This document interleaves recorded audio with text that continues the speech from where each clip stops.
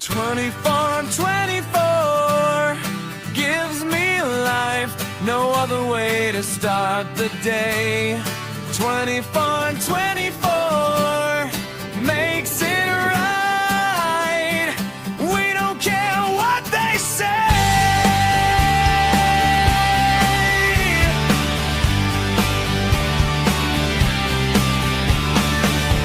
Carved a place out for us because no one was a vibe. Finally a show to love. Fuck it, we'll do it live. It's not lonely at the top, 'cause everyone's right here. For us there's no hard stop. Forever in your ear. 24 on 24 gives me life, no other way to start the day. 24 on 24 makes it right. We don't care what they say. Copy me, I know you will. I do it first every time. Your shit is stale, no one cares, but he's gonna shine. I'm just a baby. Your dad loves me more. I say what everyone is thinking. Typical forever heart. 24 and 24 gives me life, no other way to start the day. 24 and 24 makes it right. We don't care what they say. No more repos, mama got a bag. I do what I please and do it with ease. Number one show in all the land. Haters listen longer. Everyone say hi to Jim. Let's lock in. It's time to ride. Pat Ford over everybody. Now, now, now, now, now, now, now. Now, now, now, now, now, now, now. Now, now, now, now, now, now, now. Love for my besties and bunnies.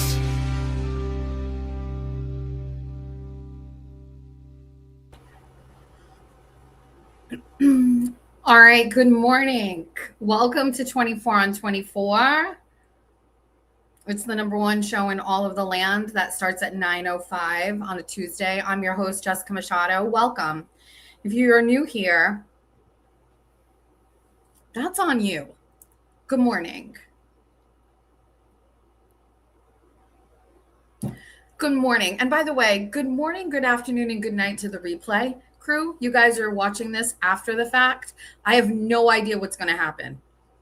No idea. This may not even be here when you're ready to play it. It may go private in the middle of it. Who knows? I have no idea what's going to happen. Good morning. Good morning. Please, everybody, thank Sparkly Rabbit for her comments where she stated that I looked terrible on the internet. We do full glam or close to full glam in the morning now, obviously. Good morning. Let me pull up the chat window so I can see. How's the chat? You know, I'm concerned about the chat. Good morning. The title of this show is the Unbelievably Pretty Edition for all obvious reasons. Good morning. If you're new here, that's on you. Oh yeah, we're just over the top. We were slumming it so badly in those other videos. I went back and look. Not a speck of makeup on, hair not done, casual cotton clothes. No, glammy. you can't see it, but glam. It's not really glam, but it's definitely better than where we were. Good morning. How's everybody? Thank you, Marie. We had a good show yesterday. We had a really good show yesterday. It was 5 hours long, which is just like a tad obnoxious. But there are people out there that are making a living off of this, and we cannot deprive them. We can't suffocate them of the ability to earn a living off of my content. Now, I'll give it to some people. Some people don't like stream my whole show. They extract from it what they think that they can like make fun of. But you got to give them enough. Like you've got to give them hours and hours and hours of content so they can consume it, they can hate watch, they can secretly laugh and enjoy it, and then they can produce their own content out of it. Not a fucking original person out here. You motherfuckers need to fucking step up your game 100%. I don't care. Do something different. I triple dog dare you. Do something different. Like, is anybody out there doing something? This isn't for Jimmy. It's not for Jimmy. Everybody else, well, Kim does her Sunday service thing, but everybody else, can you try? Why do you have to look like the minute I go live and I do something, you're scrambling to do another live? It's exhausting. I'm so tired of carrying you all on my fucking backs. God damn it. All right. Good morning. Hi, I'm your host, Jess Machado. We have a couple of things we've got to get to today, and then we'll see. I don't think we should do a 5-hour stream today. That is irresponsible. There are some motherfuckers that literally watched the stream, went to work, came back, and was like, this bitch is still on. It's impossible. You can't do it. You can't do it. So somewhere in between, like 3-ish, 3.5-ish. I don't know. Anyway, some people need content. Okay, the morning like thing is over. Do the likes and the shares and all of that shit like that so I can keep doing this for a living. Are we done with all of the basics? Okay, great. Dude, listen to me, please. Please listen to me. We have a major fucking problem on our hands that goes far beyond any internet beef whatsoever. The Broken Baker did a live stream last night, like while you were sleeping, and he like dressed up in a wig with makeup like me. That isn't what's problematic, and it is, and I'm going to show it to you in a second. That is not what the problem is. The problem is that forever how long he did it, this man knew everything about me and my show. Listen, we're going to watch a few minutes of it.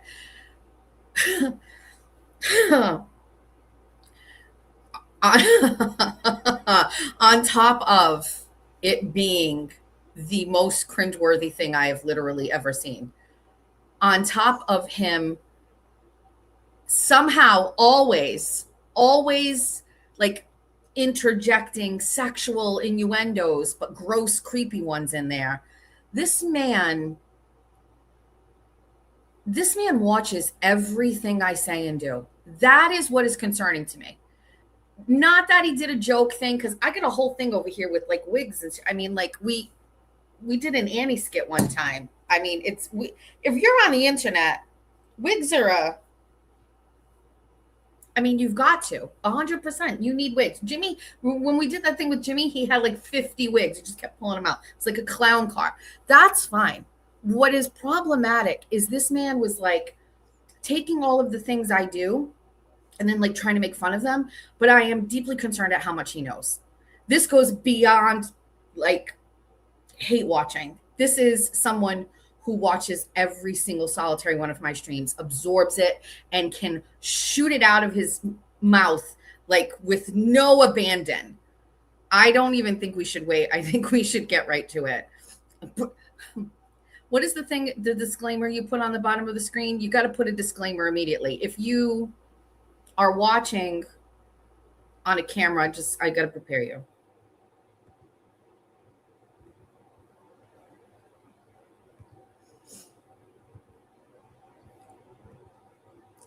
Okay, so It's all right. Hold on. It's going to be everything. I promise you everything's going to be fine. Just hold on a minute. Hold on. Fair use on this, please. Fair use. This is all under fair use. Now,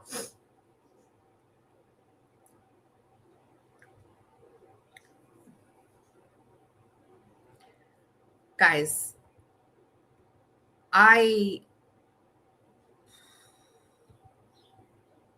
But he was the chosen one, and God said, hey, some might call you the Queen or the Virgin Mary of the internet because you are my chosen internet personality.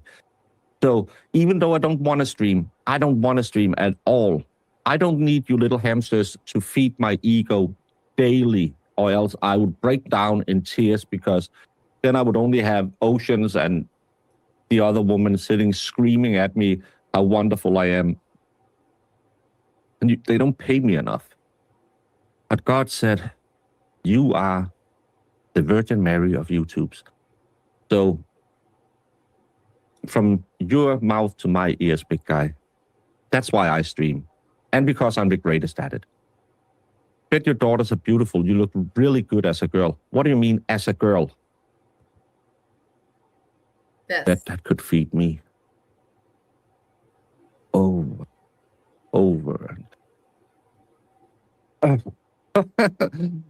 Whoopsie. Daydreaming. You know how it is, girls, when you get into your baked goods. But Lauren had been hating on me, and I was thinking, what would Jesus do? So I wanted to go fishing, and I randomly drove by this bait and tackle shop somewhere in Massachusetts that's totally real, owned by a little old lady. Now, to me, what I can't figure out is I can't figure out how he could do this seriously. Like, he is seriously, this is with intent. This isn't it gets worse. This isn't like an off the cuff, like we're going to do something funny, right? So remember earlier when I was like, guys, please try. He did it. He tried. This man tried. He went and made, please prepare yourselves. Used to do blow. Just hold on. Talking about used to do blow.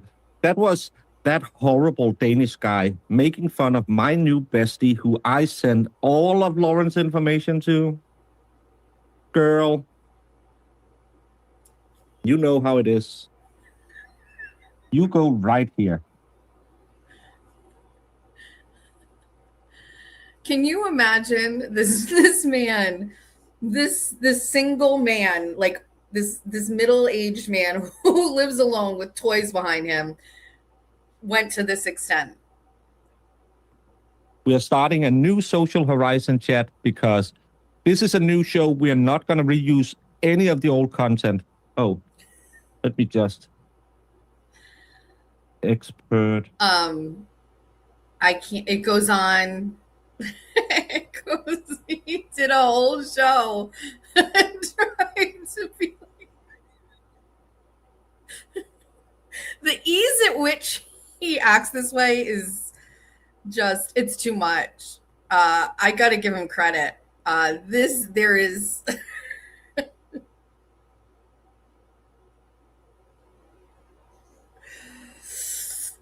anyway, I just don't know what to say. I'm not sure what's going on here. And listen, I maintain that grown men should not have bookcases with toys behind them when they live stream.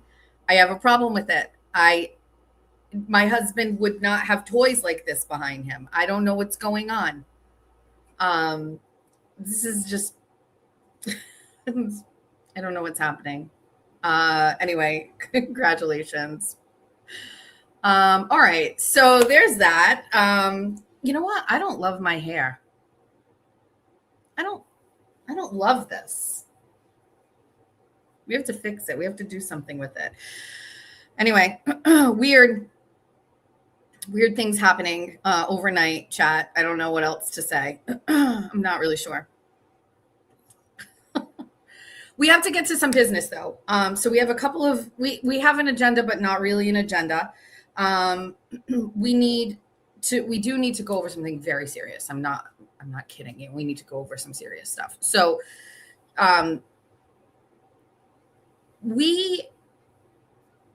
we're fighting for our lives out in the YouTube streets, as you know. And we have been watching in real time the exact verbiage, whoever it was that ever said it first, because it wasn't part of like my vocabulary. Whoever first said they're just going to move the goalpost for you. Thank you for me now having that term. I love it. I'm going to use it all the time. We're going to use moving the goalpost all the time. I'm obsessed with it. And I was like, oh yeah, they're going to move the goalpost. And then indeed they do. If the goal is to like be exonerated in the YouTube streets, we want to get to the goalpost. They just keep moving it, right? You can just keep going. But in all seriousness, this was the thing that kind of took the cake for me. So when I called into Lauren's show, she was showing a screenshot, and that was just so egregious to me. Watching her share a screenshot, and then she's saying, well, it came from Valhalla. Now, I don't know where Valhalla got it or whatever. But these people were sharing a screenshot. And if you watch the comment section and the comments on the post of Valhalla's, everybody was basically saying, wow, holy shit, she lied. Somebody went even so far as to say like, oh, 2014, like when her dad was alive, maybe this was her dad's donation or whatever. So later on in the day when I had some time, I was like, where did they get this screenshot from? And why did it have two side-by-side things? So just all it took was a little bit of time. I sat down and I pulled up my live stream from last week. So let's first of all, so during that live stream, I was sharing all of my receipts. And so this is where you know that these people are the worst of the worst kinds of people, because they want so desperately to destroy me, destroy my channel, that when just small little notions or like suggestions or a bunch of YouTube content creators saying you did this, this, and this stopped working or wearing off, or I finally got my act together and then shared all the receipts. Now it was like, we can't let this go. We can't. This is everything. We're putting everything on this, right? She stole from veterans.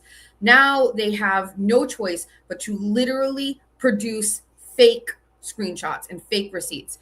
And at this point, I expect that they're going to forever do it. I think that it doesn't matter whether it's this or another issue or something else going forward. They are just going to lie. So I went and looked at my live stream, and let's pull up these items so that we can take a peek at these. So this is okay. So what you're looking at right here is a screenshot from a video, and we're going to play the video in a second. But this is a screenshot that I grabbed. Oh, I'm going to keep it big on the screen. I'll hide behind it. I'll hide behind it so you can see it bigger. So this is a screen grab of a live stream where I was pulling up on my screen my Facebook page, right? The thing in the middle that shows the fundraiser for Colon Cancer Foundation, that I had shared on the screen to show you, and I never took it down. So behind that was all of the actual movement of my Facebook page. And I scrolled up, and right behind me, you can see, well, right behind this thing over here, you can see this screenshot. Now, it's very obvious. You can see the time. It says 3 p.m. I spell looking wrong. I do LOKING for clicks and views. Jumping on bandwagons are gross. This is a post I put in the Bestieverse. You can see I scribbled out these things here, the dollar amounts, and then the post reach, right? So this is an actual screen grab from it. But this is what Valhalla shared. Two completely, quote unquote, different screenshots. They photoshopped this. They photoshopped it. They photoshopped it to show a date of 2014. They, instead of doing liking or LOK, they actually corrected my spelling, liking for clicks and views, right? On bandwagons are gross. They blacked out the amount as opposed to the scribbling that I did. And there's a bunch of other different things. This up here is different. This down here is different. Even this over here is different.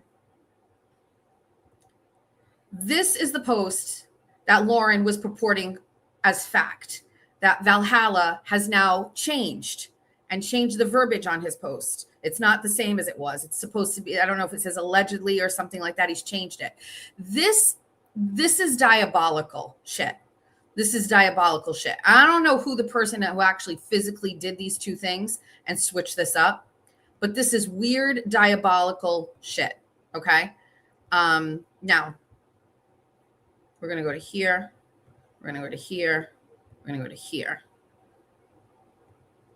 Here is what happened. Coloring books. This is my home. And not only did people come and donate, but many of my friends came and helped put these things together for me. Amy, funeral lady being one of them. So there it is live. So right there live is me scrolling through. And because that thing is on the middle of the screen, that's why that's completely cut off. The notifications have changed. They changed everything. They changed everything. I will say, the minute I saw it, the reason I knew it wasn't legit is because I don't know how to put those black squares on it. Or I remember at the time just doing it quickly. Like it was obvious. These people are crazy. These people are crazy. Crazy. So it just took a little bit of time. I had to go back and take a peek. So there it is. They just screen grabbed it in real time. Yeah, There's crazy. that post. It's so crazy to me. So yeah, so they just basically took these two posts. Well, there's the legit one, and then they changed it to look like this, and changed liking for clicks and views. And I'm an idiot, and I put looking for clicks and views. Yeah. So I'm not saying like this is the overall way to show like the fix is in for me, but like when you are out on the YouTube streets, if you see something from Lauren or you see something from Valhalla, just understand that these people knowingly shared a doctored, altered image to perpetuate the lie that I stole from veterans, or let me scratch that I never donated to these people. Lauren, who as a career wants people to trust her to find out information and facts that aren't readily available to the public, she has completely destroyed and ruined her reputation by basically saying, I'm going to share this, and didn't take 1 second to authenticate it. Actually, you know what? I'm a private investigator now. It's my job now. I'm the PI in the room now, Lauren. And so that's that. Okay. Any questions about that? Does anybody have any questions about this and what you're doing? Now, Jessica Walsh jokingly last night showed how easily it is to change something through ChatGPT or AI. I don't know whether they did that manually, whether they did it through an AI generator. I'm not really sure, but they did it. And at that point, Lauren is an absolute fraud. She is sharing falsified documents and screenshots that aren't authentic. Pretty dangerous out here in the YouTube streets, if you ask me. And so I just felt like, I know Jessica Walsh did it last night, but I wanted to be able to put it on my stream to show that that is what we found. A friend of mine put them side by side, but it's kind of tiny. So I don't know if you're going to get to see it, but kind of like, well, let me Let me try and see if I can do it. It's no need. But they basically like put them side by side and highlighted everything that we just discussed. So it's Lauren, Loren, common sense investigator. Avi, that's who I'm talking about. So yeah, so that it's they're crazy. These people are crazy.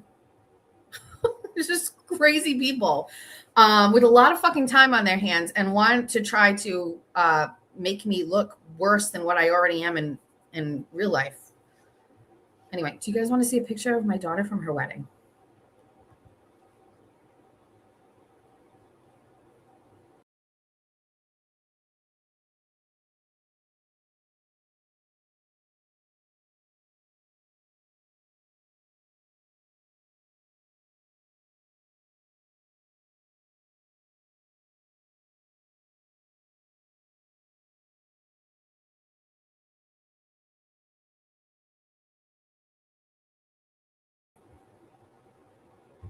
We only have one picture.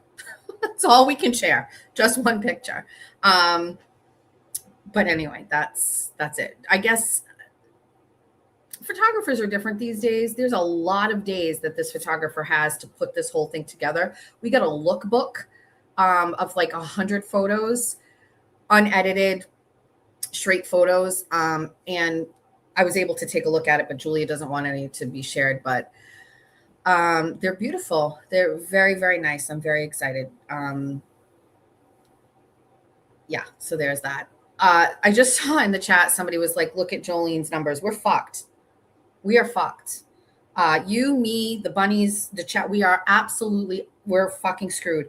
Jolene is getting no views for Big Brother. And I was promised from all of the people who know Jolene before that don't worry. Jolene is going to be done with the lol cow shit for you because Big Brother is starting and she is a master at Big Brother commentary. She is very well liked in the community. She is watched all the time. And there is no way that she is going to abandon the Big Brother content for you. So you are going to have your reprieve and everything's going to go back to normal. Except Jolene was doing a live stream on Big Brother and I clicked on it and she had 300 fucking people in the chat. And that is like 1/5 of what she has when she's doing a stream about yours fucking truly. So listen, chat, buckle up because I think we are in for a summer of like getting fucked by Jolene. I thought we were in the clear. Everybody told me. And there's no way she is going to turn this content down because this is where the money is. By the way, I watched. She doesn't get the super chats. She doesn't get the membership. She gets none of those things. The anti-Jessica or Bunny community likes to throw their money around. I don't know how Aiden feels about that because he's got some legal fees and you're all giving it out to this lady out in California. And I don't know how happy he is about that. But if you watch Jolene's chat when she's talking about me, the money just fucking goes. When she does the Big Brother, doesn't happen. I am not an LOL cow. I am your cash cow, cash money cow. Get it right.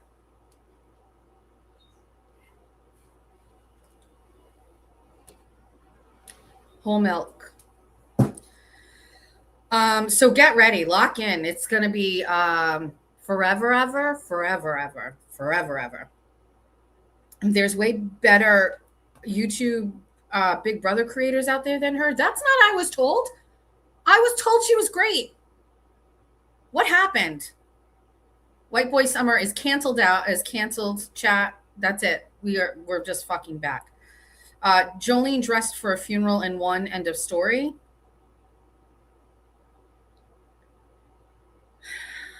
I don't know. We're in trouble. Basically, that's what I'm saying. We are fucked. That's the first thing I saw when I went last night. I went, oh my God, where are the views? Oh no, no. Jesse Meow Schmeow is going to be called up. You're going to be called up to the front lines again, Meowser. It's weird. Anyway, I'm sad for us. That's why we have to put our faces on. Jolene, I'm doing this for you. Also, is this hair triggering for you? Just asking for everybody who read your blogs. Okay, so a couple of things.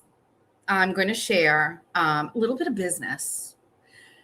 Gabriel House fire was the assisted living fire that took place in Fall River. Not took place, that happened last year as a tragedy. I don't know the final count of how many people that passed away, but it was a pretty traumatic event, especially living here in real time. There were many people that were out there taking video and posting on social media. And we watched a lot of firefighters, police officers, and like regular public try to get into that building and get these people out.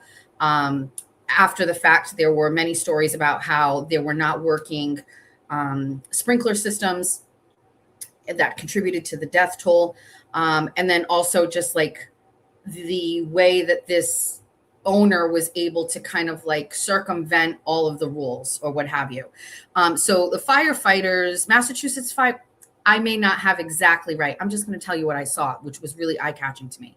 So for the 1-year anniversary, they recreated, that doesn't work. That doesn't work. That doesn't work. Does that work? There we go. So they recreated the room where the fire took place. And if I'm correct, the individual, it's a no smoking facility. The individual was smoking. So this is almost an exact replica of the room that caught fire. And they did 2 experiments. So they recreated this, and this is what the room would look like if there had been a person who was sitting on this chair who fell asleep with a cigarette and there was a sprinkler in each individual room. They showed what would happen, and the fire was essentially eradicated swiftly. And then they showed what happened, or what would happen, which we know happened in the event that there was no sprinkler system in there. And so again, this is what the room looked like. They duplicated it, and then they did a test. This is what ultimately it looked like, and it went through the building and killed many, many people. And then this is what would have happened if they had a sprinkler system on there. So, you know, I always say, like, when there is some sort of like a tragedy that takes place, for example, like Sandy Hook, for example, school safety, school security was almost non-existent, especially in the Sandy Hook school district prior to that event. And so if there is any silver lining or anything that can be said about these people passing away, that it not be in vain, that changes are made so that these facilities, laws can pass, and that there will be, you know, rules and laws in place where people have to have some sort of a system that would prevent this from happening. But I saw these this morning. Scott Flannery, who's a Fall River firefighter, he shared these, and I just found it to be really very eye-opening. Not that I didn't think that this is what it looks like, but when you look at these things, it's pretty crazy to think that with a sprinkler system, that this is really, it could have been contained, and so many people would not have been displaced or lost their lives. So yeah, so I just wanted to share that. It's very unfortunate. And I believe, if I'm correct, the individual was smoking and also had oxygen, so I think it made it worse. The facility, I believe, was kind of grandfathered in, so they didn't have to have like an updated thing. I believe there was a point where some of the sprinkler fire detection systems in there were outdated and had been recalled, and then they had never been updated. I'm not sure if the building department, I put in a public records request to the city of Fall River in the days after this fire because I wanted to see what they were chirping about behind the scenes. And I actually got them, but there's so many. It took a long time. I haven't finished going through them. But yeah, it's very eye-opening when you take a look at this, and the fact that they use this as a learning opportunity to show lawmakers who were there on scene and touring this, how important it is to make sure that these things are handled properly. So yeah, I just wanted to kind of share that. Was one of the things on my mind this morning. Last night, I had a Republican Town Committee meeting. So if you're new here, I'm the chairwoman of my Republican Town Committee in Somerset.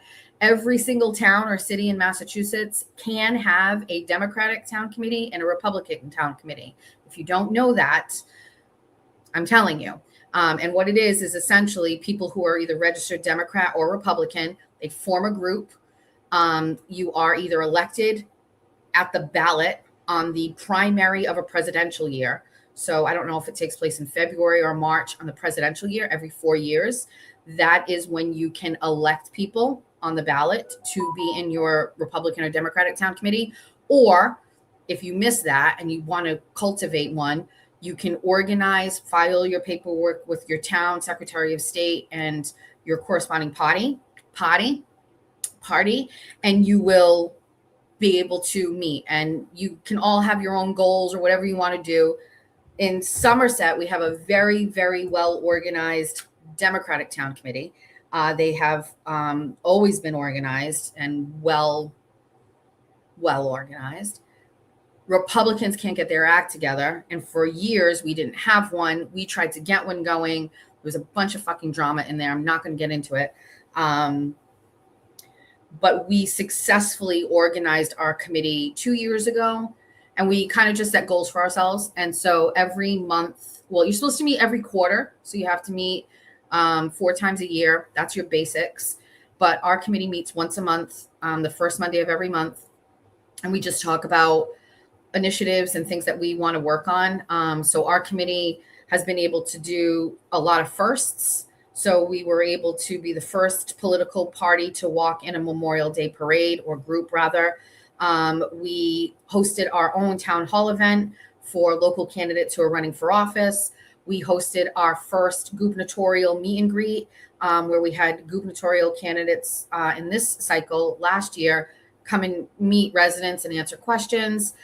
We sent our first full group of Republicans to the convention in Worcester to vote for the nominee for the party. It's pretty,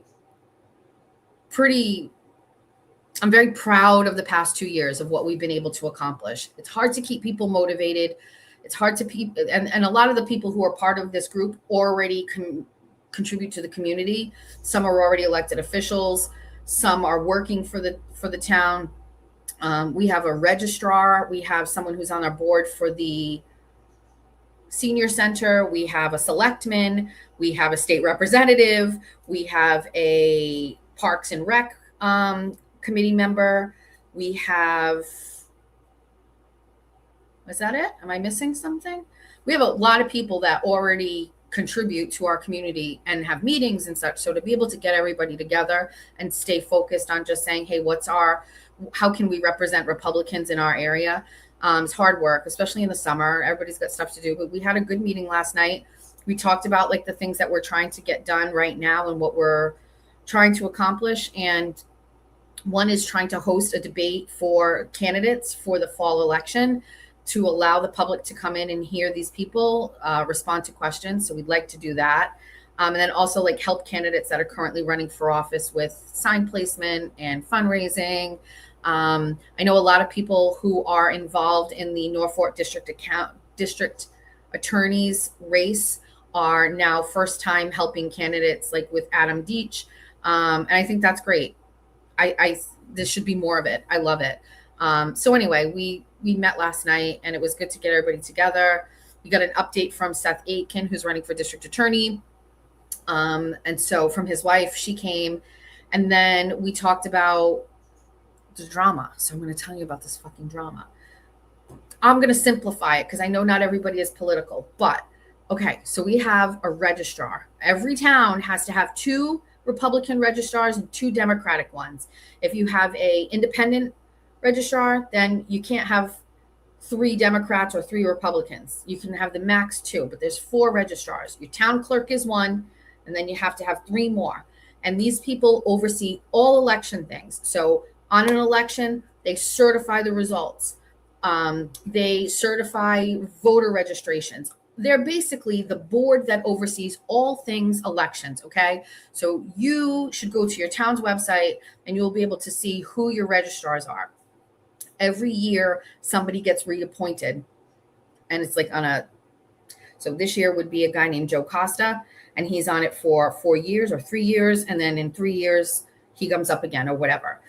Your Republican town committee or Democratic town committee is supposed to suggest a name or 2 or 3 for the Board of Selectmen to pick. So here's how it works. I get an email and it goes, "Hi, Jessica, can your committee submit a name to us to be considered for the registrar?" Now, the current person who's in this role, his name is Joe Costa. And if any of you are from not from Fall River, from Massachusetts, you know that there are Facebook pages called "Are We Dating the Same Guy?" Do you guys know exactly what these are? So there are some like, "Are we dating the same guy Fall River? Are we dating the same guy Brockton?" Do you want me to pull it up for you? Do we need it? Let me go and get one. I'll show you.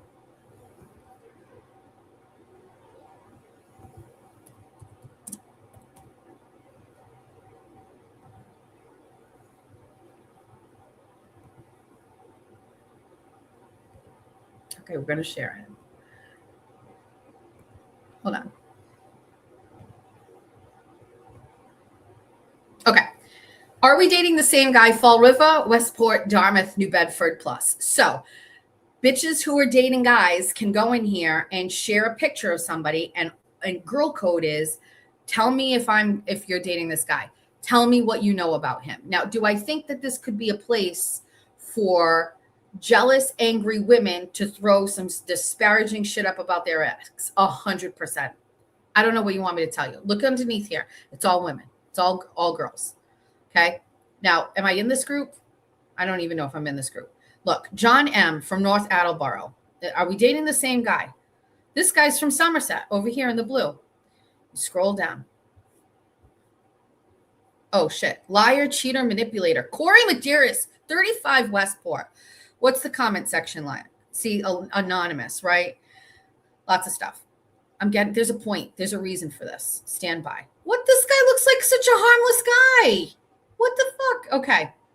Who are some frequent flyers in Dartmouth in their mid? Jesus.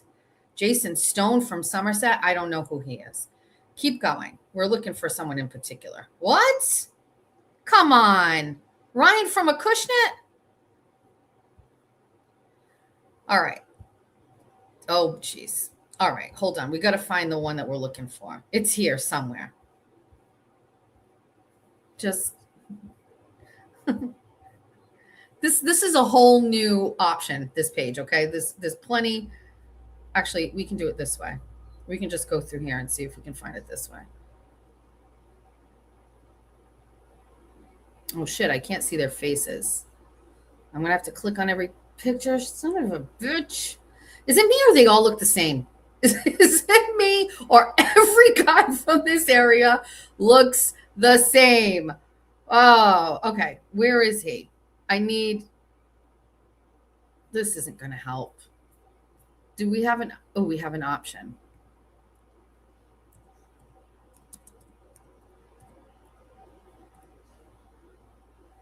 Oh, it doesn't. Okay, perfect. Here we go. Okay. Now, this right here this is our current registrar, okay? This is our current registrar. His name is Joe Costa, okay? Now, this is going back to 2025, but he's back. I can't find, maybe it's in a different group, but he is back. Comment section on this one. Let's take a look and see what happens. Let's see what the comments say. This one lives in his own delusional world where the suit, the smile, the charm, the good citizen volunteer are nothing but a facade, hiding the real person he is. A pathological liar, a cheat who juggles and sleeps with multiple women, love bombing, gaslighting manipulator who will not hesitate to ghost, and in denial of all the above. Mr. Wonderful, he is not, but he will claim to be the victim. Is he married? No. Divorced, lived with his mother. I can confirm that. That is true. The amount of times this man has been posted, this woman says, totally respect how everyone feels from a dating perspective, but I know him as a colleague and a friend, and he is a great guy. So this is our registrar, okay? And these are all alleged. These are people. I'm surprised he's 62. That sounds crazy. Anyway, so this is the guy that's up to be our registrar. Now, this is not the reason at all why I did not want to resubmit his name to be considered as a a reappointment to be a registrar.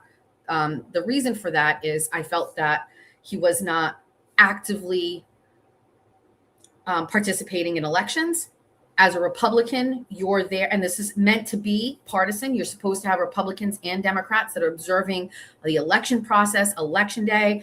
I would see him saunter in later on in the day. And then I had some concerns about some behavior that I saw on election day 2 years ago. I confronted him on it, and he got mouthy with me. And I got mouthy back with him. Police officer came over and was just like, hey guys, we're in the middle of like the gymnasium. And I said, this is your last year on serving as a registrar for an election. We're not going to reappoint you.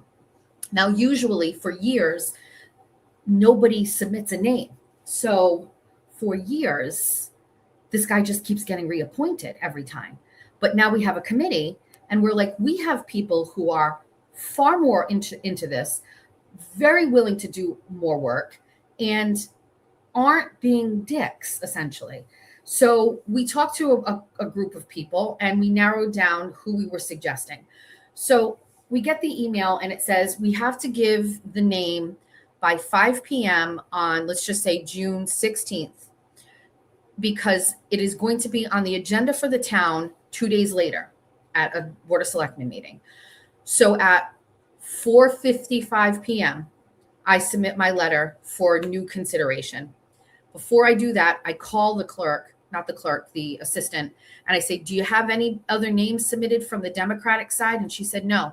She says, we have no names. And I said, no, I have one. We're going to send it over in 5 minutes. I just wanted to rewrite my letter and send it over. She goes, okay. And I said, and it'll be on the agenda 2 days from now. And she was like, yes. And every other appointed position in the town is supposed to be on the agenda for 2 days later. The only reason I wanted to know is because I would attend the meeting and then during public input, I would speak to our recommendation and say, here is the person we are suggesting. There's only going to be one, so it's not necessary. But I would have gone to say, these are the reasons why we're mixing it up and we think that this person would be great. So I submit my letter at 4:55 p.m. I get a confirmation from the clerk that they got the letter. Great.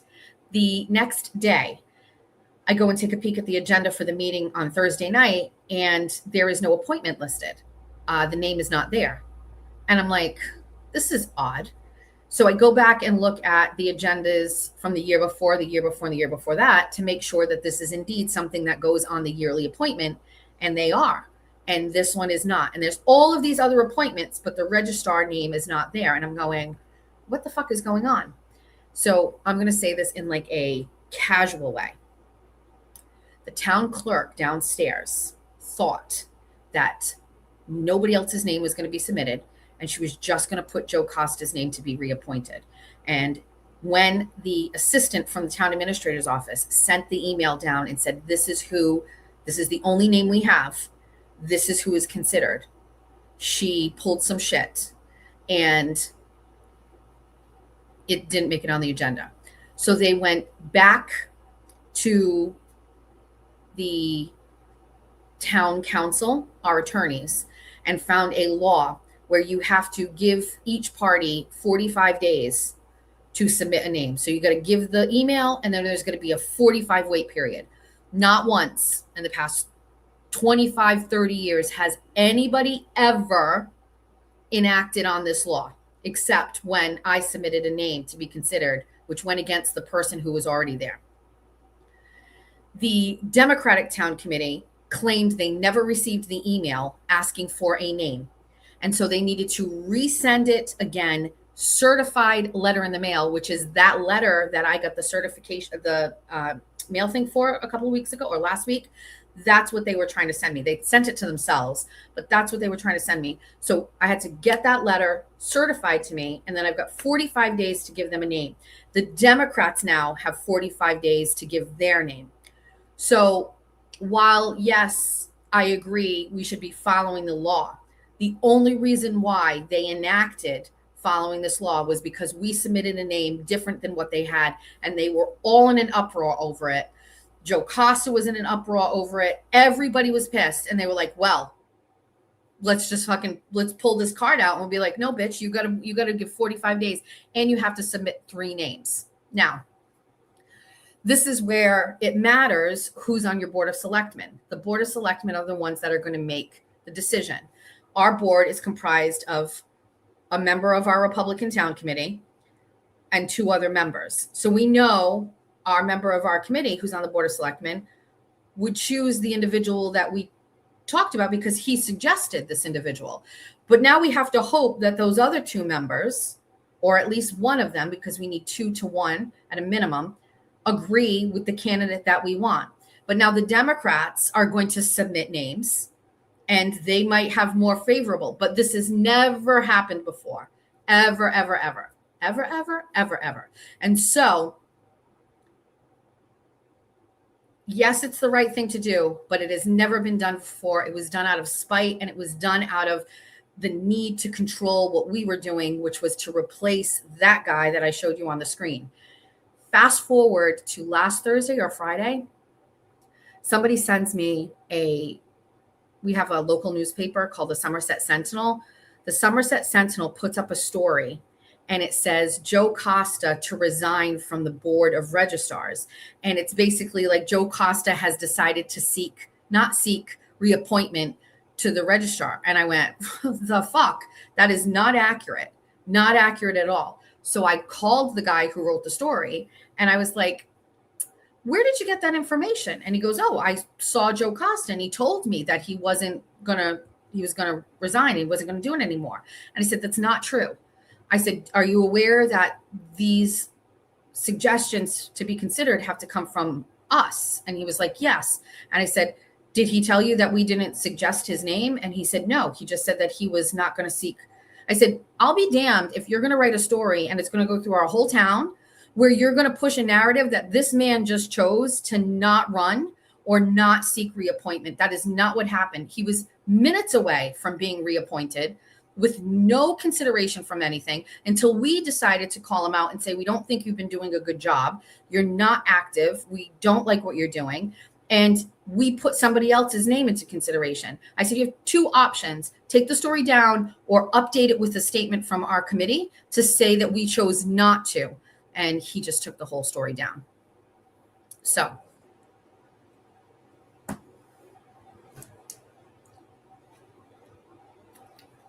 this is how corruption breeds in communities like Canton, Somerset.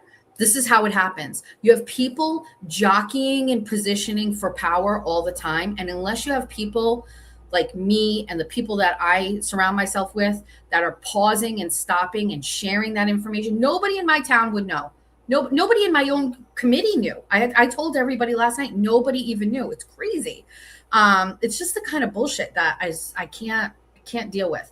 And if you are in your town and you think there's somebody else that's handling it, I promise you, there's nobody else that's handling it. There's nobody handling it. There are very few people like me and the people like we barely just got started. So in your own community, I'm telling you, this kind of shit runs rampant all the time. But this little thing right here, right? So think about what could happen from this. If you put a registrar in there who is in cahoots with the Dems, and Justin Thurber is our state rep and he's up for re-election, and there's some shady shit going on with ballots. And as you know, Somerset has had 3 scandals regarding ballots, right? People moving ballots without permission and taking them out of the building. Somebody transporting ballots by themselves, and then somebody removing ballots from an outside ballot box with nobody else around on a Sunday after hours. 3 different things. 2 of those have gone, 3 have gone viral. All 3 have gone viral. Don't you think that election integrity is of the utmost importance in Somerset? So you need to have these registrars overseeing everything. And if Joe Costa got on, who's to say he's paying attention to those things? He's watching. So then when we have an election down the road in November, and things aren't making sense or ballots are missing or whatever, you don't have somebody that you can talk to, trust, or that's accessible to you. So all of these things, however small they are, like nobody really seems to care about your registrars, but it is really important. So I just wanted to share that with you. Okay, great. How's the chat? I had something I wanted to do. Okay. So there is like I want to say trend. Let me look at the chat. Can I look at the chat first? And then we can. So it hasn't been very interactive, if you ask me. It's just one-sided. It's just me talking to you. Everybody's caught up. Chat's all good. Is there anything I need to know? You can put that in the chat if I need to know. No, you can't share pics or info from the dating group. It's against the rules. Oh, I will email them or I'll message them and let them know. I'm sorry. I didn't know. Chat is good. Okay. All right. Let me show you. This will be sort of interactive. I saw a video last night. I have to find it. I screenshotted it and sent it to myself. I think it was late. I was in bed.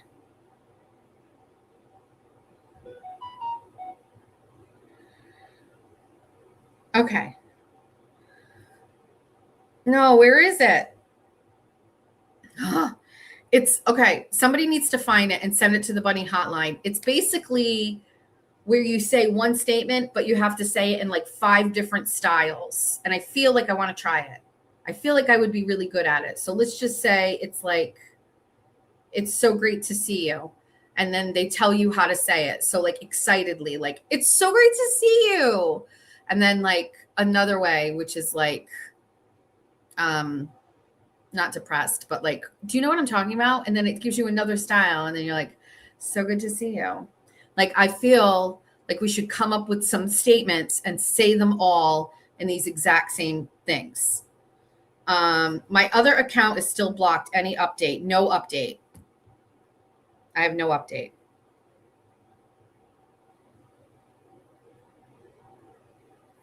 I would have to pause right now and go in and look. I guess we can do that.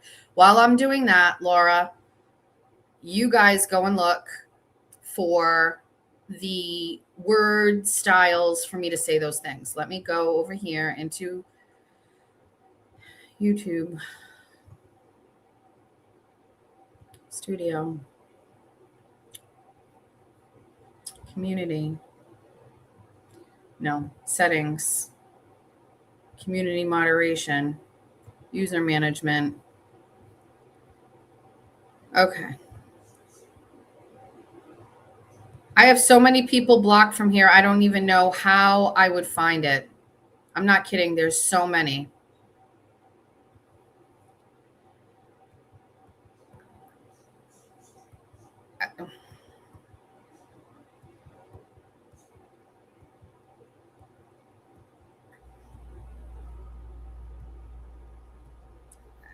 I don't know how I'm going to find this. It's going to take time. There's like 500 people blocked from here.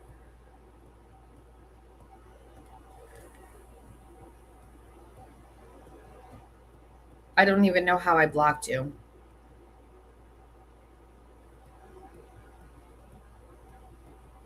I'm looking very quickly. Oh, Jen Altman, I have blocked. Bring her back. Let's put her back. Fuck it. That's fun.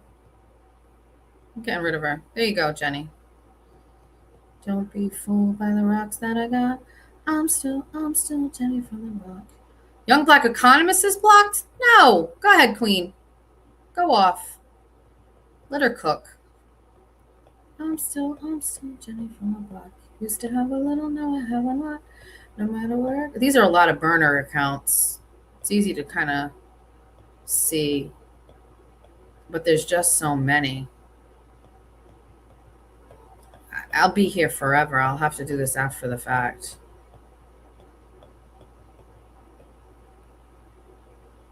Is Turtlebot the person that I've been talking to? I unblocked her too. I just saw that name in here. Who? These are all. Who's Titty Ruxpin? Maria's drunk right now. I have that person blocked. Wait, there's so many great names in here.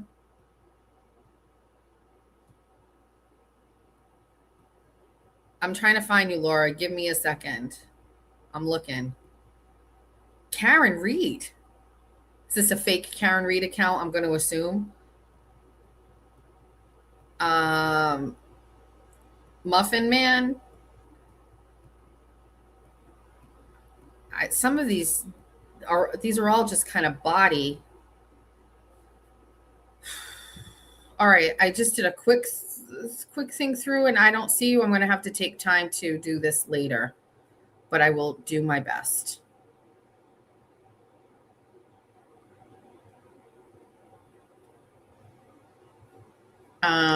Okay. All right, stand by.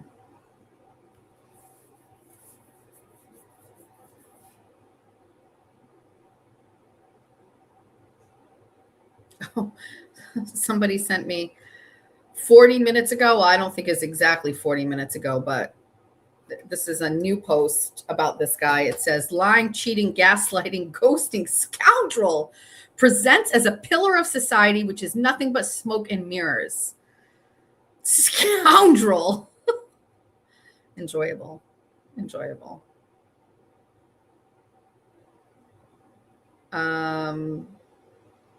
Okay, have everyone send you their channel link. I'm still blocked too. Something is okay. I will take a look.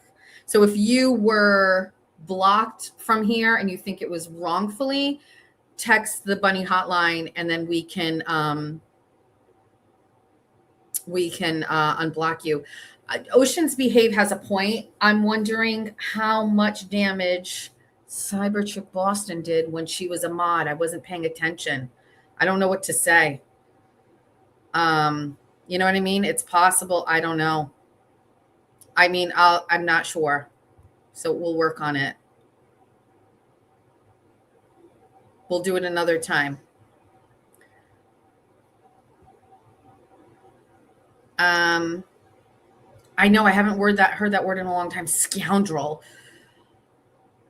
So tomorrow's Sweetle's birthday, and Sweetles has very specific plans that he would like to adhere to. Tomorrow is for him and a couple of his friends. Fine. I know it's his actual birthday. It's also on a Wednesday. Normally we wouldn't even celebrate in the middle of a week anyway. So Sweetles does not want to do anything special tomorrow. He's done working today for the rest of the week until Sunday. So he's got all this time off. He's allowed us Friday to celebrate his birthday. So Friday night after work, or like around 4:30, 5 o'clock, Sweetles, Julia, Aiden, Georgia, Angelo, Jack, Abby, TT, Mike, me, Mima, Jeff, we're all going to celebrate Sweetles' birthday. He's picking where he wants to go out to dinner, and then he has asked that everybody come here and we hang out at the pool together. So that's the plan for Friday. He's turning 20. And it's crazy to think that he's turning 20.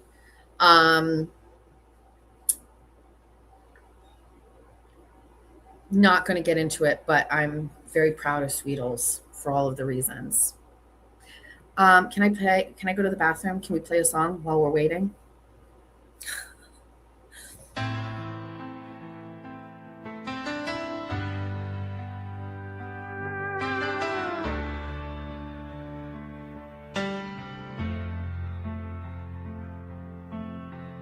I know we are so far away, and we can't hold each other now.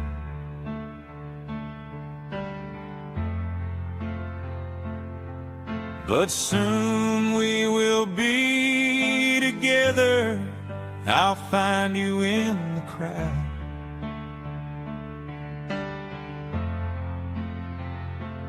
An ocean apart we are, but not for long, I know. Text me what you're wearing until the Wilbur show. Under the table I will tuck. No!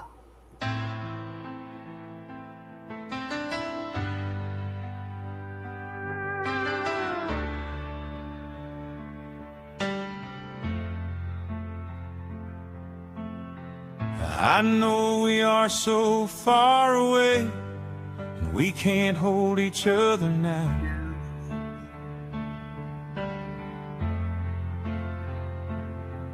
but soon we will be together. I'll find you in the crowd.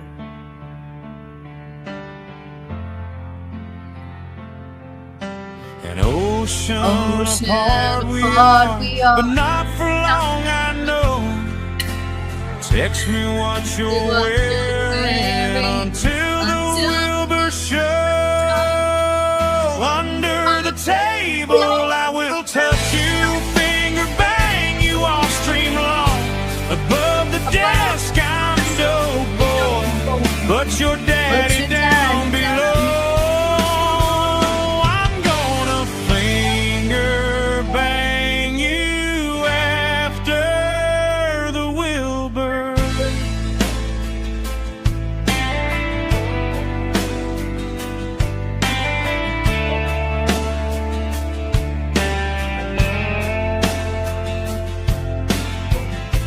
You are my secret girlfriend. Keep it locked inside.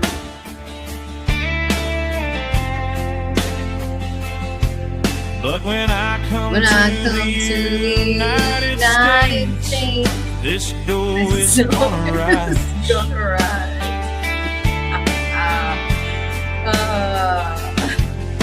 Sure, we text all day and night, but I'm coming to see the show. I have so many fans to spank. This flashlight's gonna glow. Under the table I will touch you, finger bang you all stream long. Above the desk I'm dope boy, but your daddy down below. I'm gonna finger bang you after the Wilbur.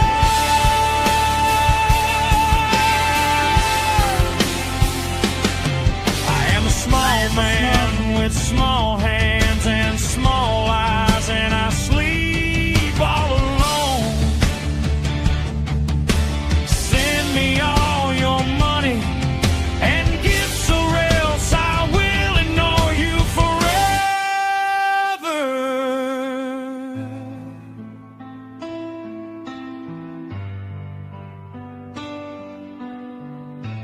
I will do my newest dream right in my hotel room.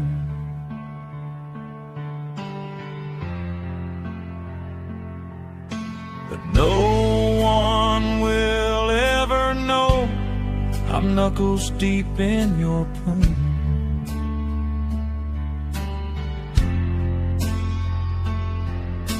Keep your sunglasses on and super chat me all your thoughts. In my country I'm a loser, but here I am a god.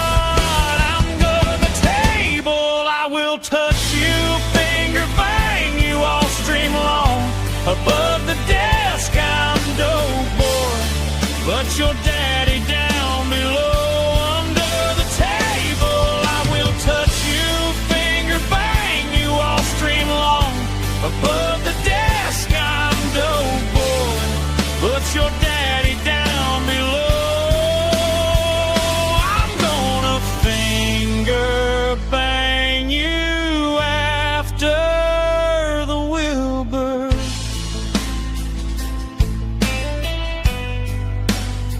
If that day ever comes.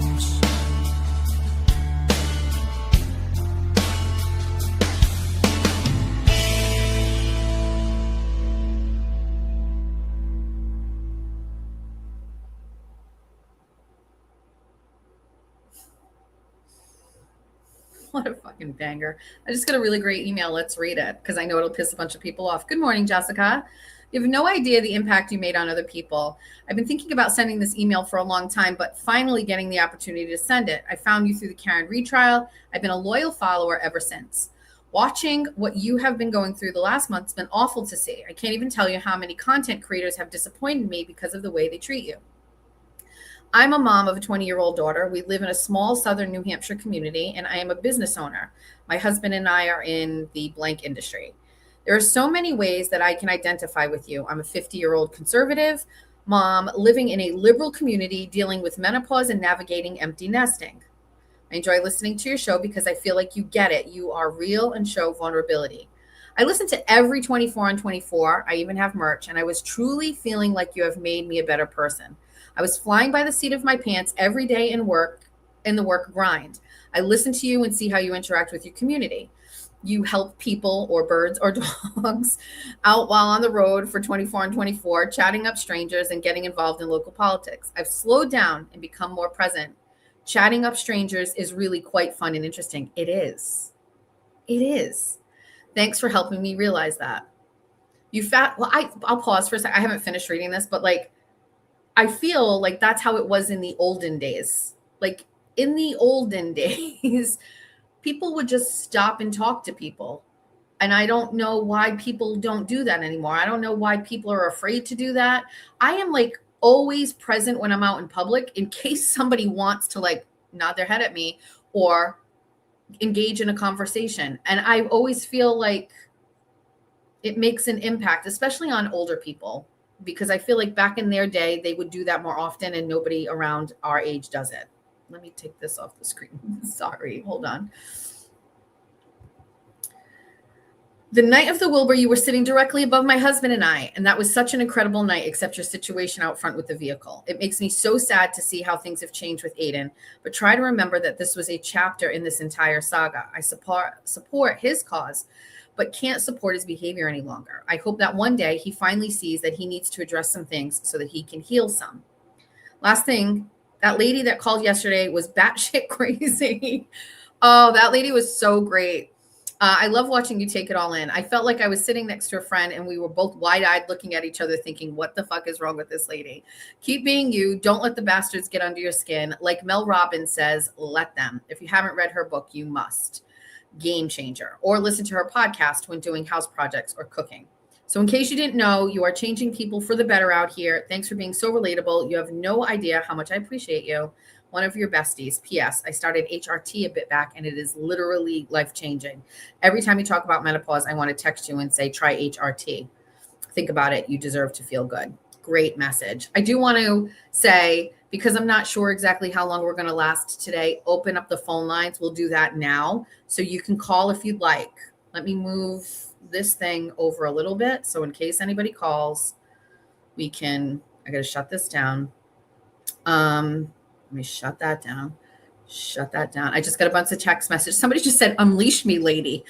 she needs to be back in the chat. Okay, I will. Hold on. Let me get the phone ready. We got to do this. We got to do this. We got to do this.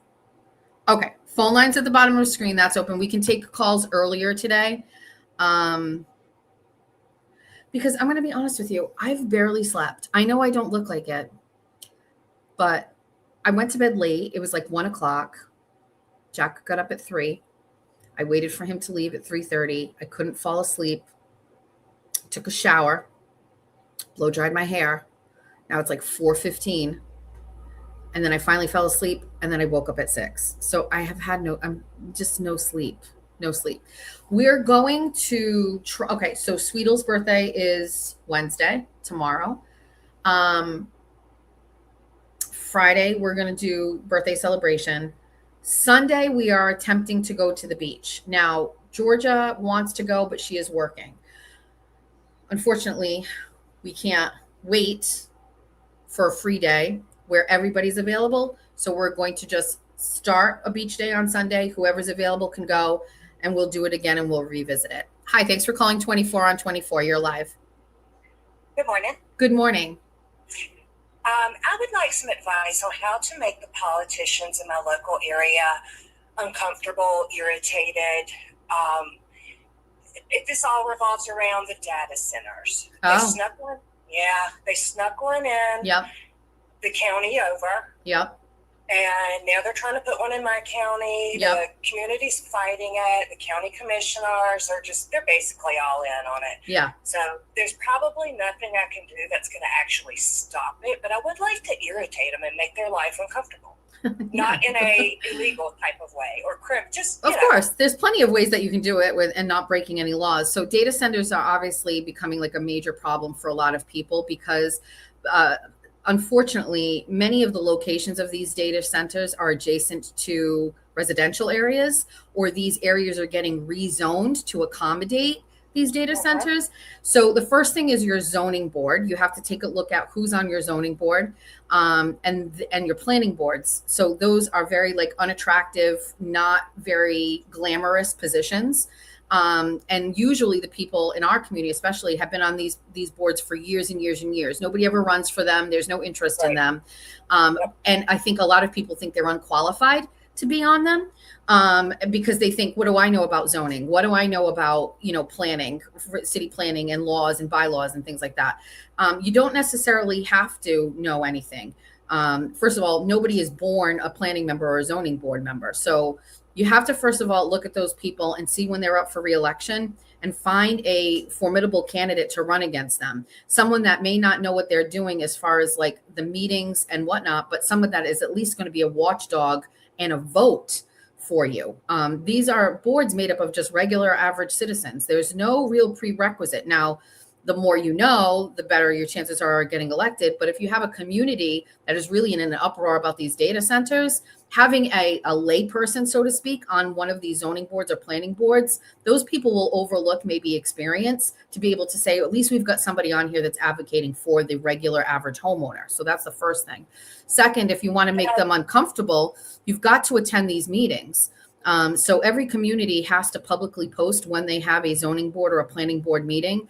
Now, if your community is like ours, this is where it starts: planning board and zoning board. And then eventually, after the recommendations are made by those boards, it gets to your board of selectmen or your city council, and then they have the final say. But at that point, it's too late. So you must start sooner. Okay, I think it's already too late. They had a meeting last night at county commissioner, and like it was packed to the standing room. It was packed, and they still said no in like 5 minutes. What we were asking for was a moratorium on making any decisions. Yes. For 6 months, and they're still like, nah, we're gonna. If do you have a recall bylaw in your community? I don't know. I can look that up. I'm actually not even registered to vote. That's okay. That's okay. So a recall bylaw, if your community has one, for example, Somerset does not, right? But usually if you're looking to do a recall, you need a certain number of signatures, however many it is. Let's just say it's 50. You got to go get 50 people. And then you have to, once that happens, then you can do a recall, and then everybody gets to vote that person out. Now, if you don't have a recall bylaw, you should start looking at how you can get one in your community. We've tried to do this twice. Right. So essentially what that comes into play is, and it can be exploited, right? In Fall River, for example, they've tried to recall mayors all the time ever since they started this recall thing. They got Will Flanagan recalled, and now they're recall crazy, right? But in a community where you have maybe somebody that got elected on the zoning board, right? For example, and say it's a 3 or a 5 year term, and you can't get rid of them, right, with an election. Now it's, do you have enough of people in the community that are unhappy with the way that this person is making decisions? You can try to recall them and get them removed out of office and then have a special election. So as all politics is local, as far as embarrassing them goes, we have to try to stop things or to make these people uncomfortable. We've gone to meetings with a group. We've held signs out in front.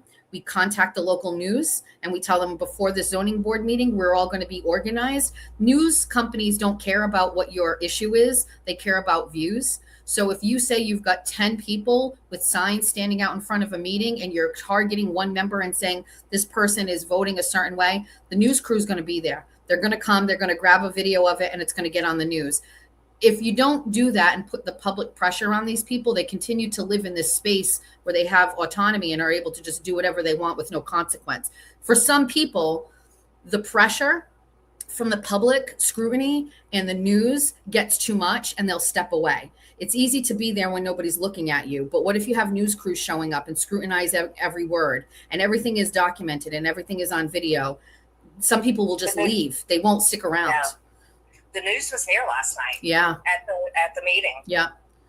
Unfortunately, I feel like these data centers, people are finding out about them too late, and it's unfortunate. The only thing that you can do is your local elections, the smallest offices have the biggest impact, zoning, and also talk to other people about looking for people to run for office, right? So when we had in Somerset, we had a company that wanted to come in, and they wanted to do, they were going to manufacture cable for wind, right? They were going to bring these ships in, and the people down in that area were saying, listen, these ships are going to be diesel ships. They're going to be putting fumes. It's going to be like right in our backyards. We put people on boards to kind of like stop this from moving forward, right? And we had to do that unfortunately, through elections, and it's a long process.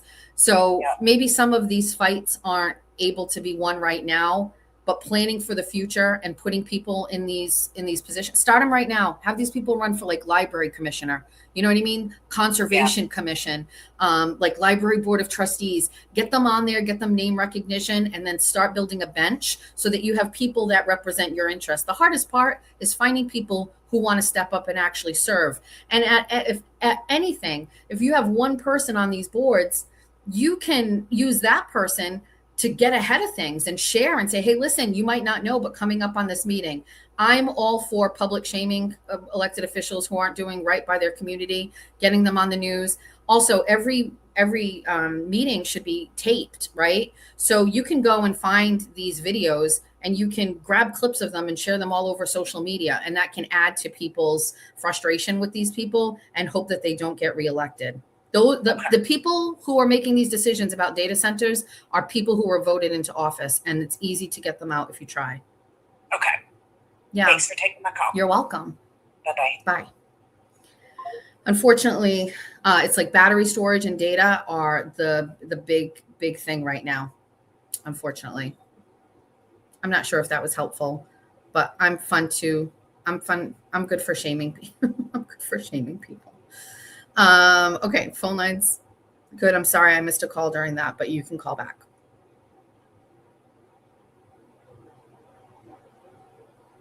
Okay. How's the chat? There's some things over here. Let's read these. Jenny has she's been a member for 7 months. Thank you, Jenny. Please thank Marie. She shamed me. This is what makes me turned off to politics. I know, it's the worst. Angelo 514 became a YouTube member. Thank you. Bay Harbor Beauty became a member again. Thanks, Julie. And Becky became a YouTube member as well. Hi, caller. Thanks for calling. You're live. Hello. Hello. Hi, Jess. How are you? Good morning. Good morning. I just want to warn you, I'm the one that sends you periodic emails to keep setting that money aside for your taxes. Oh, yes. My friend got in over her head with taxes, and it's just your quarterly warning. I usually put, this month. You don't have to go into this month I'm going to put a little bit more, but I do put around 25% aside, around 25%. Okay. I got an email, I don't know if you heard, but I got an email right at the beginning from a woman who told me her story, and she's like a regular lady, really nice. And she's like, I had a YouTube channel. It was really fun. She's like, and the next year I owed like $100,000. She had a really decent channel. And she was like, it was life-changing. And I was like, she scared the shit out of me. So. And because what happens is when you make more money than you suddenly made a year ago, you go up to a higher tax bracket. Correct. And now you're being taxed at a higher rate. It's just, yes. From personal experience, it's my quarterly warning. Thank you. I'll email you again in a few months. Thank you.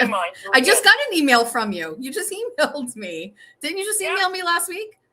Yes, I did. And yes. I'm just making sure this gets into you. And my other advice is stay away from the legal realm Yep. with all those crazy YouTubers. There's Yep. a whole method to their madness, and they'll try to make you serve them with papers, but you have to hire someone privately. Yep. And it costs thousands of dollars because they'll avoid getting served. It's a game they play, and it's not worth getting into. You seem to know a little bit about this. And I'm not moving forward with anything with Lauren and Valhalla. I think Valhalla changed his post. But my question is, you and then the other person who called yesterday, you guys seem to know, like, is this a thing out there? Like, this is a behavior or something that has happened, or the suing stuff? I feel like there's a lot of like existing history with YouTubers. There is.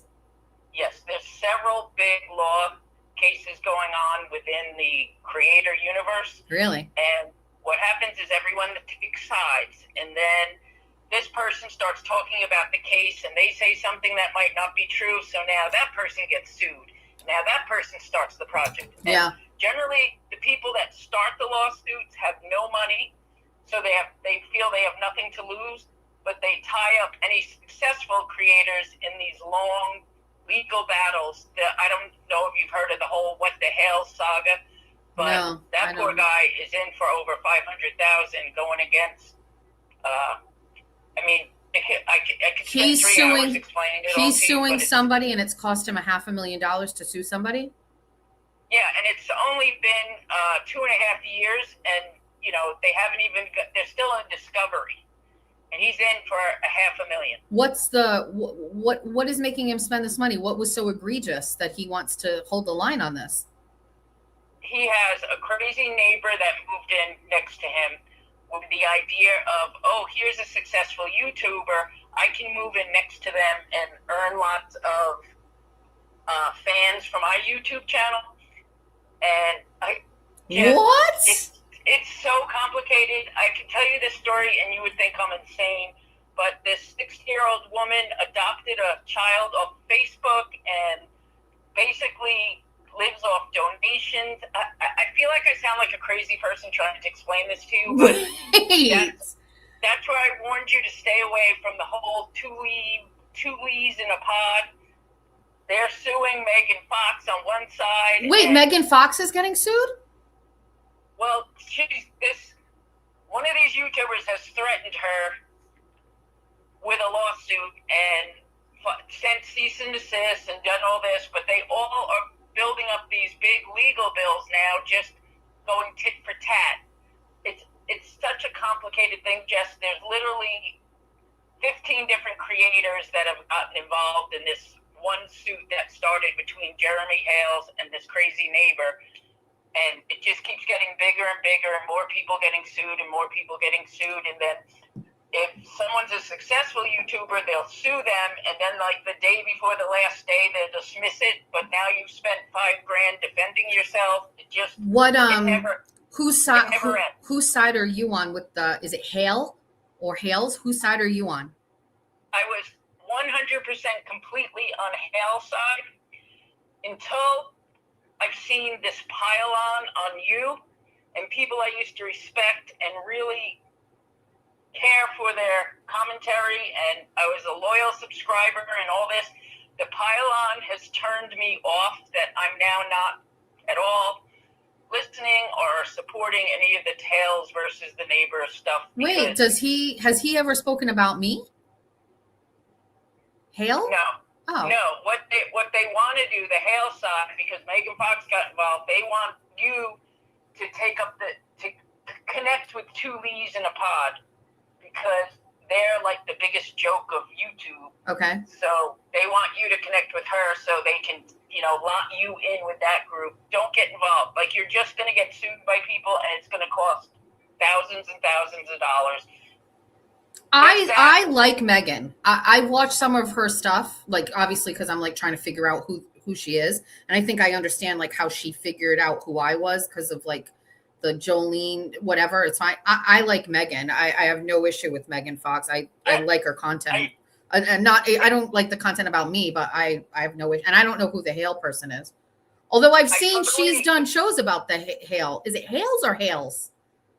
His name is Jeremy Hales. Hales. And she is friends with Jeremy Hales and has sided with them against these lunatics. There's a bunch of lunatics suing, like, all involved in this lawsuit. And I believe I have had such respect for Megan Fox, and I've lost so much respect because of this pile-on nonsense. Like, okay, someone new came along, you all got mad, everyone did their little thing. Move on now, people. Like this. I know, but is just, I guess I would pause because I'm wondering if you come out here now and just said what you said, and you're like, I don't support these people because of what they're piling on Jess. Are they going to take that out on me in some way? No, I'm sure if they figured out who I was, they'd take it out on me. But I mean, I don't care. Oh, okay.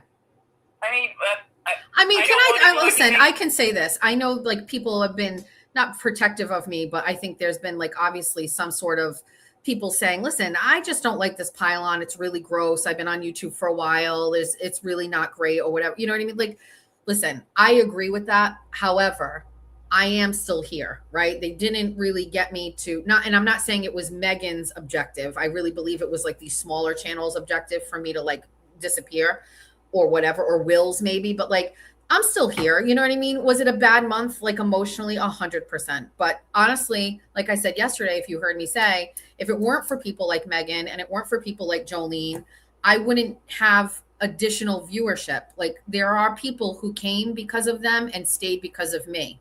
And if you go back prior to any of this happening, 24 on 24 usually got around 5,000, 6,000 views every morning, right? I get like almost double that now. So there's twice as many people that are watching. And while subs gone down and maybe money has gone down and things like that, the viewership has increased, which I think is like better for the long game. So like I'm a rational person. Like it's hard for the drama, right? And all you saw, like obviously I was not doing well emotionally and whatever, but like now that we're trying to move past it, it was a good business move for them to come at me. They made money. I'm getting views. I'm not like, I definitely would never be retaliatory towards those people. I really have an issue with the lying with Lauren and Valhalla. Those fake screenshots really got me.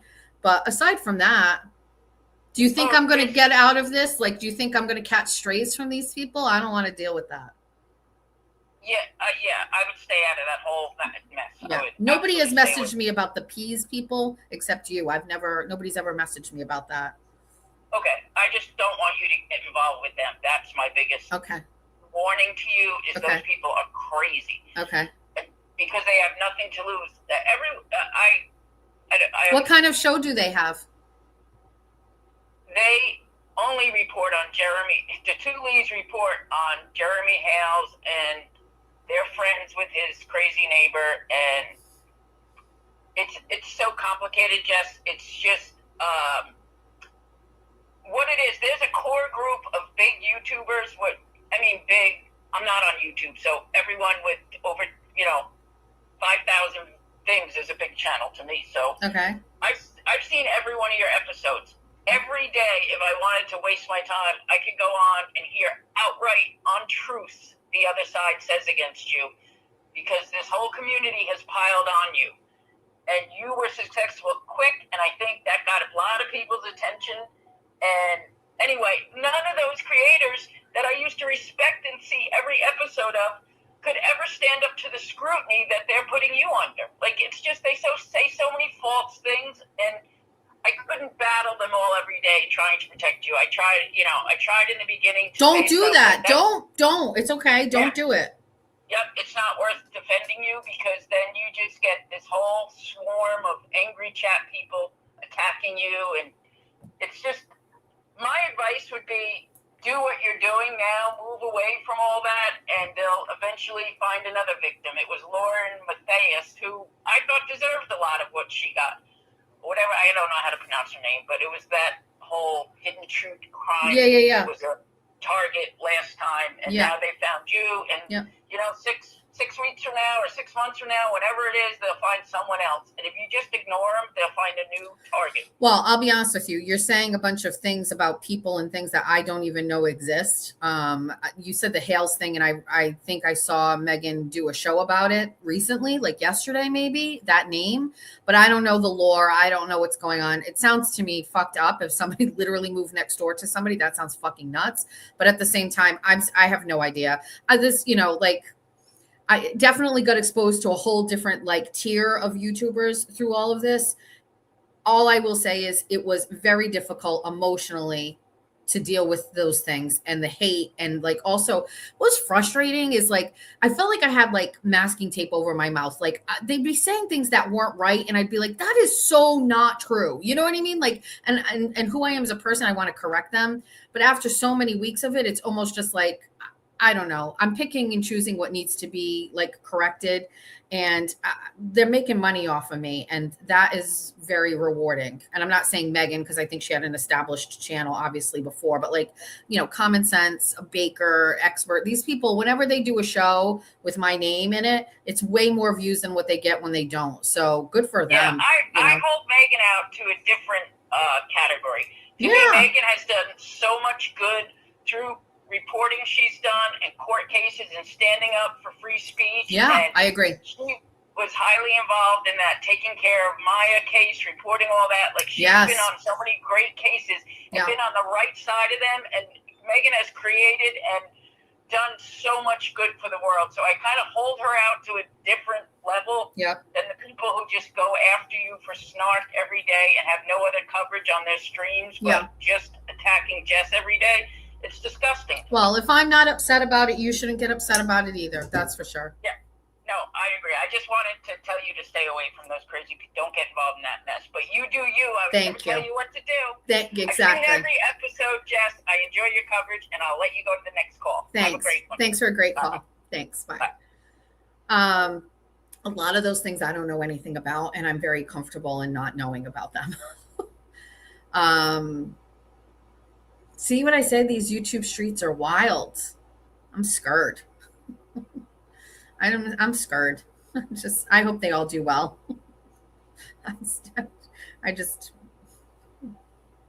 Let's read our book. Let's do our daily affirmation. Let's pick a day. We need a number. Give me a number. This is unbothered. I am unbothered. Yesterday we did day 28. As soon as I see a number in the chat, we'll open up to a day. It's between day 1 and 80, 1 and 60.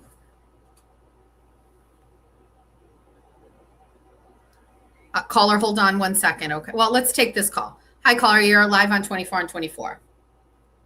Hi, Jess. Good morning. It's Lindsay. Hi, Lindsay. Good morning. How are you? I'm good. How are you, Lindsay? Lindsay Gattani. Good morning, Lindsay. How are you doing? I'm good. How are you? What's up? Okay. I actually thought it was you, and I was like, that would be impossible. But go ahead. Good morning. What's up? You know you're live, right? Yeah, I know. Okay. All right. Good morning. Go ahead. So I don't usually watch your show. Not that it's a dig on you. I don't watch any shows just because I don't really have the time to sit through 6-hour streams ever. But a clip came up recently on the Twitch bot, and I saw it was like of you with a board like turned away from the board. So I could see like the back of your head. Yep. Throwing, I think, a thing of Aiden like off into the abyss. But I just wanted to say your hair looks amazing. Thank you. I just wanted to ask you what your routine is, and do you get a keratin, and what do you color your hair? What products do you use in your hair? Lindsay, you definitely don't listen to the show, but for years I've just box dyed my hair and never went to salons, very rarely. And the manager of Rob Roy Academy, I don't know exactly where you live, but there might be one out where you are, one out in Worcester, one out in Taunton. The manager for the Rob Roy Academy locally reached out to me and was like, just come and let these girls do your hair. So I finally went and had like my hair done. They took care of it. They gave me product. And so how it looks right now is the best it's ever looked. Thank you for noticing. But it's all courtesy of the students at Rob Roy Academy. That's amazing. Yeah, no, I've never really paid attention to your hair before. And just from the back, no, it's because it's looked like it's looked like trash before, Lindsay. You're right to notice. They took good care of me. The thing about Rob Roy is it's students with teachers that oversee everything, and they only charge you for the products they use. So they don't charge you fees. So hair to get it blonde, that would normally cost like $300. It costs you like $30-$40. So it's a good place to go, especially for kids. I don't know how old your kids are, but if you have teens, daughters, or when they're getting of that age, you can always have them go there and spend a lot less. Awesome. Oh, cool. Well, What's thanks up? for the info. I just want to let you know I saw the title of your show today, so I thought I'd chime in and just let you know that. How are you doing? Was looking on fleek. How are you doing? I'm doing okay. I'm hanging in there. Just okay? You know, same old shit. Yeah. Yeah. How are you really? Are you hanging in there?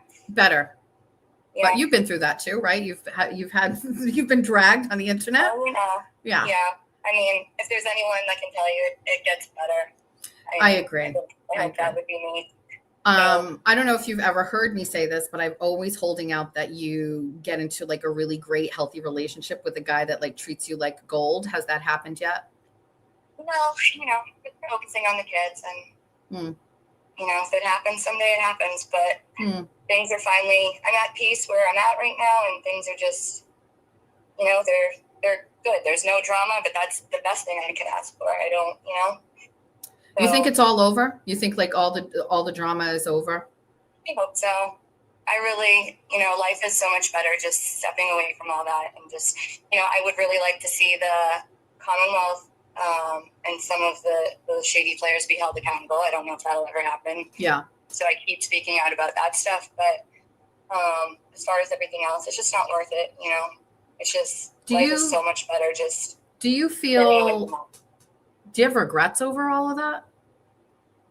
Do you ever? Of course. Yeah. Of course. Yeah. I mean, that conversation is probably for another day, but yeah. I'm sorry. I just don't ever get to talk to you. So I'm always just, I will say this, and I won't keep you. Your posts sometimes on X when I was on, I'm off of there now, were some of the funniest, most insightful, well-written posts I've ever read. And I think it's surprising because I think sometimes we've only seen you yell or scream in moments of stress or whatever's going on. But sometimes when I see a post of yours, I'm like, that's the best thing I've read all day. So you're a good writer. Well, thanks, I guess. I know people had, maybe still do have this, misconception of me because not due to anyone else's, but the way that I portrayed myself at certain points or the way that certain points were caught of me. And so a lot of people, I get comments like, wow, she's surprisingly a really good writer. Or wow, I never knew Lindsay was so intelligent. And and I've always been I have 2 college degrees. I've always enjoyed learning, and I always think there's more to learn. There's more to, you can always, further educate. I loved being in school. I love, and unfortunately, there was, I don't know if you had heard, but I've completely, I've kind of been on this wellness kick lately for quite a while now. Alcohol is completely out of my life. Just focusing on exercising and just in yoga and just trying to get my mind right and everything. So I don't know. I didn't know that, but I think, listen, I have very publicly scrutinized you and statements you made during arguments that were recorded, whether it was knowingly or not. I'm a mom, so I'm always hypercritical of other moms, especially in situations where it involves kids. But I get that. I think it's also like very interesting that you stay out here and kind of like still, I don't know, maybe there's another way that I have to say it. I have to think about it, but I'm happy for you and holding out for you that you find complete happiness. And I really do hope that you do. And if this is the moment where you're happy and as it is, and it's as good as it can get right now, I think that's great. I'm sure other people agree. I'm pulling for you to really find, a peer, a partner to share your life, share your bills, share your home with, raising the kids. I'm like really pulling for you for that.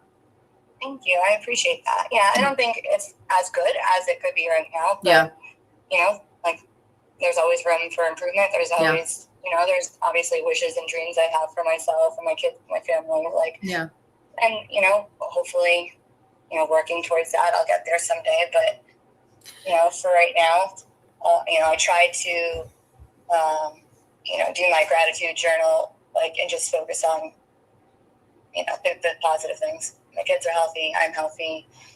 They're happy. They're loved. I'm okay. And some days I'm not okay. Right. But that's okay too. Right. I don't know. I reached out to you a while back, and I know, I know you're kind of skeptical because I don't think you knew if I was being genuine in the message I sent you. So, and it was probably took you a little off guard. But I was very genuine at the time. I did feel, empathy for, what you were going through. And I do now as well, because not your exact situation, but I've been there, and the pile-on is not a good feeling. It's really a horrible feeling, and it put me in a really, really low spot for a very long time. Whether people think that I brought it on myself or not, like it drove me to a very dark place. And whatever, I don't know how much it counts for to you, but I just want to let you know that, like, there is a way out, and you will, things will get better, and it's temporary, it's fleeting, and it feels in the moment like it's not, but I hope the same for you too. I hope that you get to a place where things get better, and I don't know. And prior to you saying that, first of all, thank you for that. Second of all, prior to you saying that, I was poised to say, I don't think a blanket "I'm sorry for everything I ever said disparagingly against you" would suffice. However, I have a little bit more clarity post, not breakup with Aiden, but like post exit interview with Aiden. And, in support of him, I wouldn't say blindly, but wholeheartedly supported him as my friend in many endeavors, whether it's online or however. And, there's a little bit of clarity after that. And I'm not proud of some of the things that I've ever said, maybe even so recently. And I really could do better.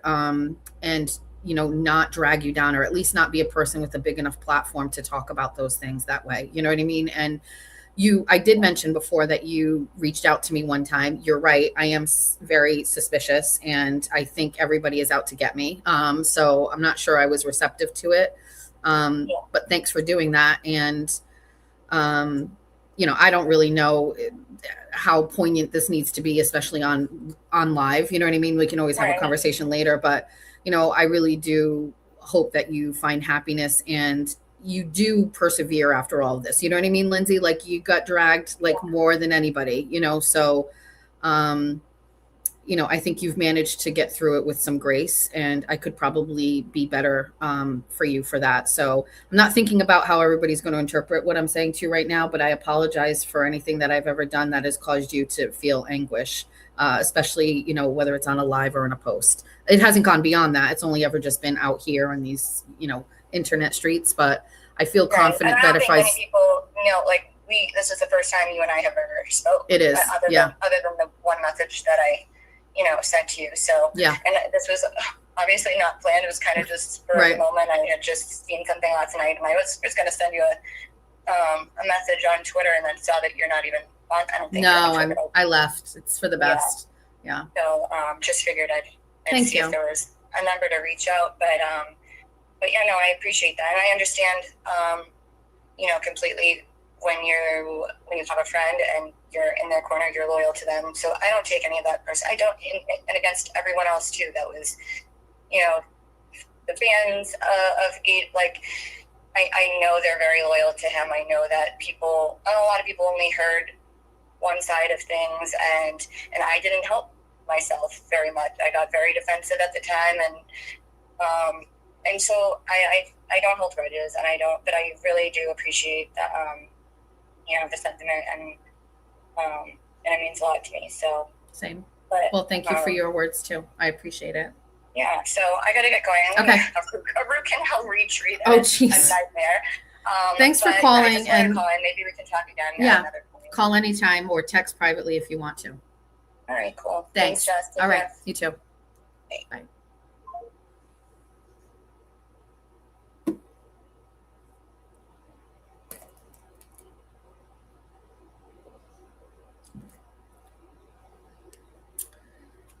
Page 20. Day 20.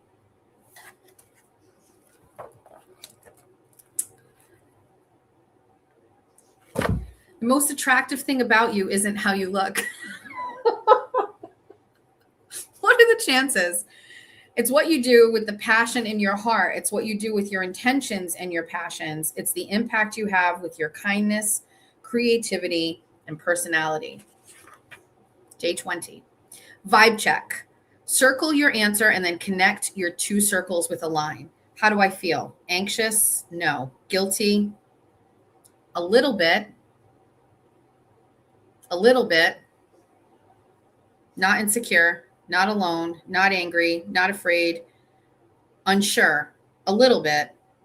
Lost. Jealous. Unfocused. Impatient. A little guilty. I'm feeling a little guilty. So let's highlight that. Unsure. That seemed authentic. For those of you who are just jumping in, that call was Lindsay Gattani. How do I want to feel? Peaceful, appreciated, confident, energized, grateful, present, worthy, strong, capable, optimistic, motivated. I would like to feel optimistic about that conversation. I currently feel guilty, but I want to feel optimistic. What's on my mind? Don't overthink it. Literally just write whatever is on your mind right now. LG just called and once again showed a side to her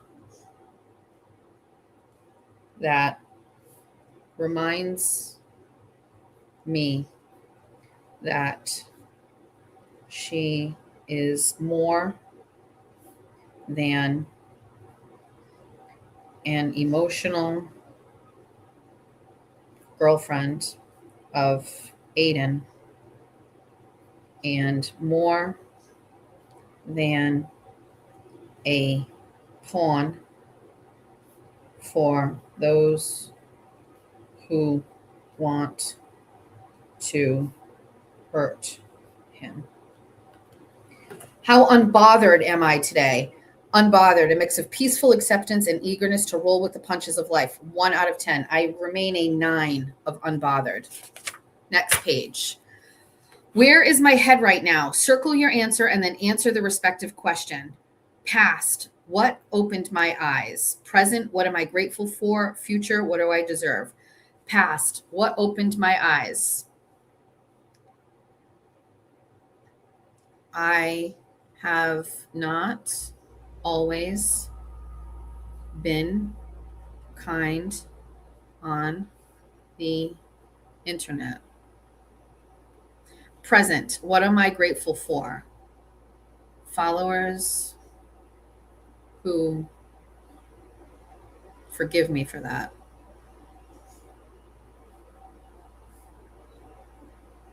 Future, what do I deserve?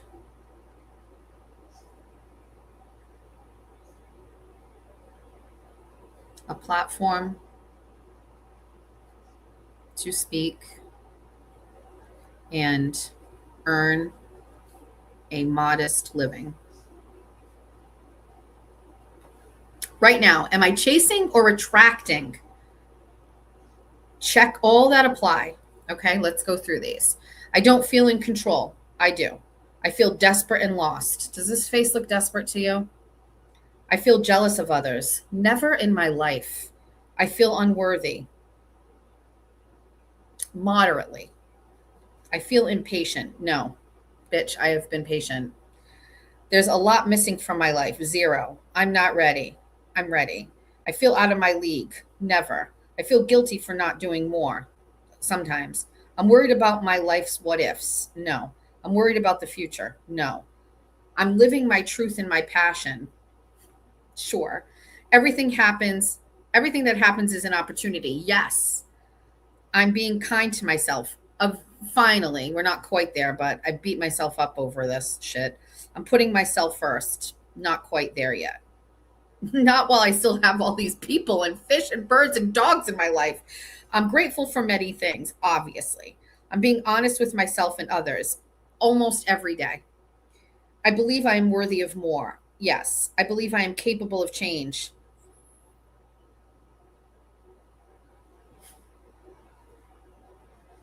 Maybe not.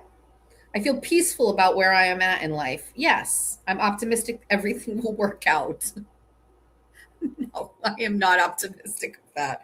My best days are ahead of me. No, my best days are right now. I'm good. Thanks. One big thing that I want to manifest. Did I do this the other day? Are these the exact same questions? No, they're all different. One big thing that I want to I said I wanted to do a meet and greet. One big thing that I want to manifest, another meet and greet. I'll get to the phones in a second. What are a few qualities you dislike in other people? Why do you dislike those qualities specifically? Have you encountered those qualities in others before, and how did you react? I truly hate Lauren Vellucci lying about me. It is pathetic, unattractive, and unbelievably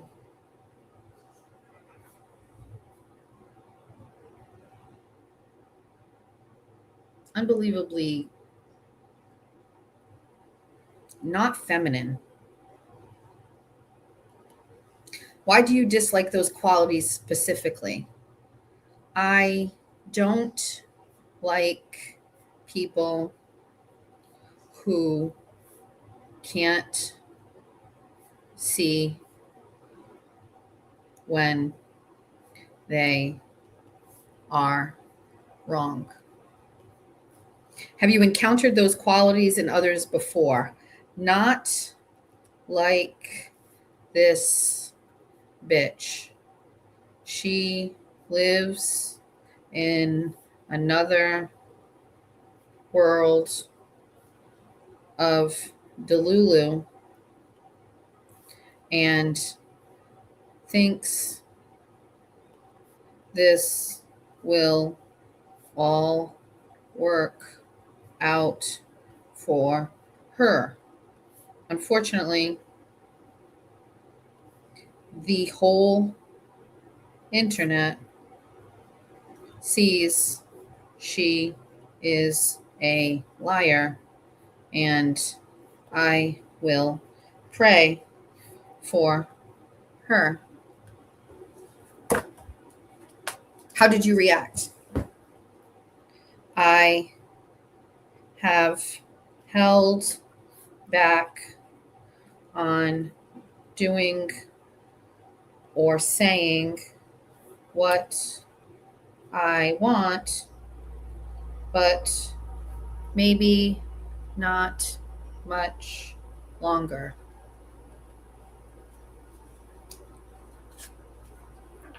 That's the end of day 20. Standing for kindness is a serious power move. That's the page after I wrote all of that. It gives you purpose when you feel like you don't have any. It gives you an identity while you're discovering who you want to be. It gives you a reason to smile when you have a lot of reasons to frown. I'm gonna just go back and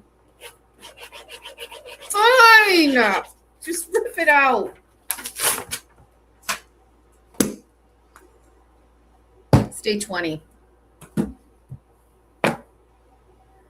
So if you see this, oh, hold on. Sorry. If you see this lamp, and what makes this so unique is underneath here are the markings. Okay. The book is called Hi, I'm Unbothered, or Unbothered. All right, let's go to, I'm sorry, I didn't answer any of those calls. I apologize. Go ahead. The phone lines are back open. You're more than welcome to call in. Oh, I see I missed a burner number. That should work out for us. That won't be problematic. That won't be a bad call.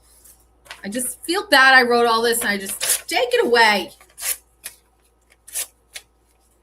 Guys, hand to God, I just realized Jess and I are wearing the same shirt today. Well, newsflash, this isn't a shirt. This is a fucking dress from Amazon from like 10 years ago. Like it's a dress. I've got leggings on underneath. I like the top. What do you want from me? These earrings are heavy. Where's Boat? Beats me. I don't have any idea where Boat is. Can I just say something? when you hear, I saw this, and I was like, dude, this is accurate. Okay, how do we look? Not great. Not exactly great. Better. All right. When I tell people that 7 times 7 equals 49, fall, brown, Thursday, 7 p.m., and Thanksgiving are the same thing. Think, like, why does that all make sense to me? I saw this on Instagram this morning and I was like, wait a second. 7 times 7, this makes no sense to me. 7 times 7 equals 49. Fall, brown, Thursday, 7 p.m., and Thanksgiving are all the same thing. Why? Why does that actually make sense to me? That what does 7 times 7 equal 49 have to do with fall, brown, Thanksgiving? I don't, but it's, for some reason, it makes perfect sense to me. I saw this and I was like, I agree. But now I'm wondering what's the other version of that? So what's like, that's maybe like a fallish one, but why does 7 times 7 come into it? Why 7? I don't know why it would. Do we put our blush on today? Shit. This is blush. It's very potent. We put a little bit on our finger. It's not a lot. It's very potent. That's why there's so much left in this. My daughter changed her blush color since then.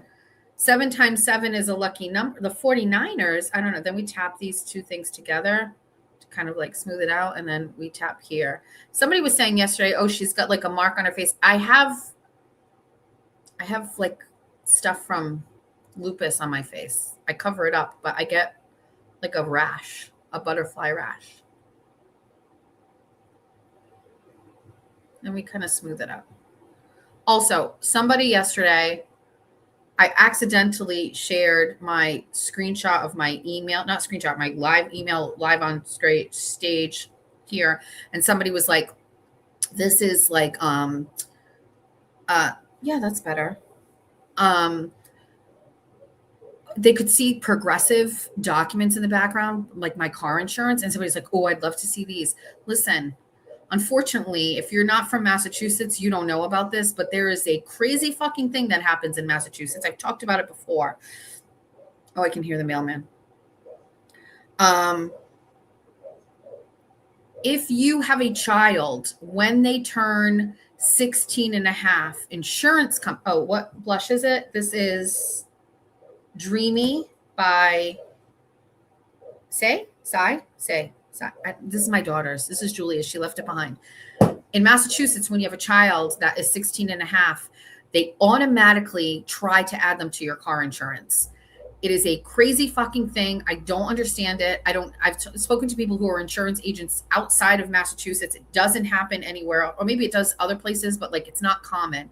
So as soon as you have a child that turns 16 and a half, or they get their permit, the registry notifies your insurance company and they will automatically add that child to your insurance. I was tipped off to this by TT. TT's husband has a daughter and she didn't live with them full time. When she turned 16 and a half, she went and got her permit. And the mother's insurance company added her to her insurance policy. The mother then said, nope, she doesn't live here anymore. And they ask where, you can't get past it. They ask, well, then where does your child live? And she put TT's address where her dad lived. And TT's insurance automatically added a 16 and a half year old driver to their policy. And it's not peanuts. It's like at a minimum, like $1,500, $1,800 a year. So your premium is going up every month, like hundreds and hundreds of dollars. So for Progressive, they will allow you several times to say this child isn't driving yet. After a certain point, and I'm not willing to risk it, they will just add her. But because Georgia started her driving lessons this week, we thought this was the time to add her. So we added her to our policy. So if you see my documents in my email It's because I added my 16-and-a-half-year-old or 17-year-old who is currently this week getting her driving lessons done on my insurance. And so we added her to the insurance policy. I am happy that it's not as much money as I thought it was. I have 2 young drivers on my policy now. It's a lot of money. And Jack doesn't pay while he's in college. Julia didn't pay for her insurance when she was in college either. So we pay for it. Jack's has come down, but now as soon as Jack's has come down, George's is going up. So, or adding to it. So that is the, that's where we're at. It's not that bad. I know people that you have to do the lessons and stuff, and it'll help bring it down. I used to have, what do you call it? I had Geico for years, but they added Jack on the policy.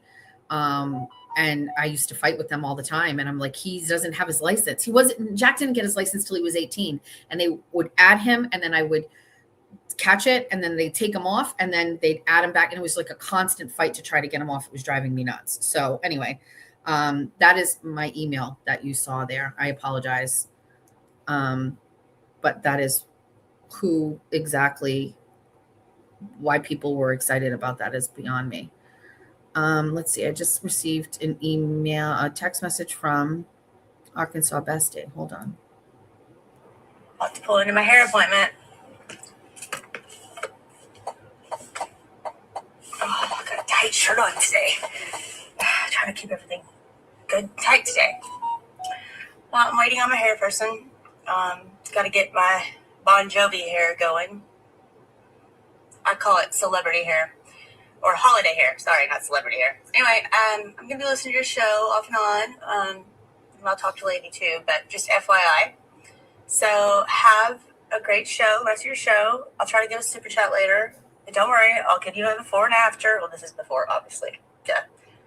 Man, this shirt is tight. All right, bye. So I got a message from someone yesterday too. Can we talk about this, please? We have to talk about people feeling as if I pay more attention to people in the chat and friends in messages or chats. I have this, you're going to get dragged by the internet and say things about like parasocial relationships. I don't care about that. Like whatever. I have to listen to me.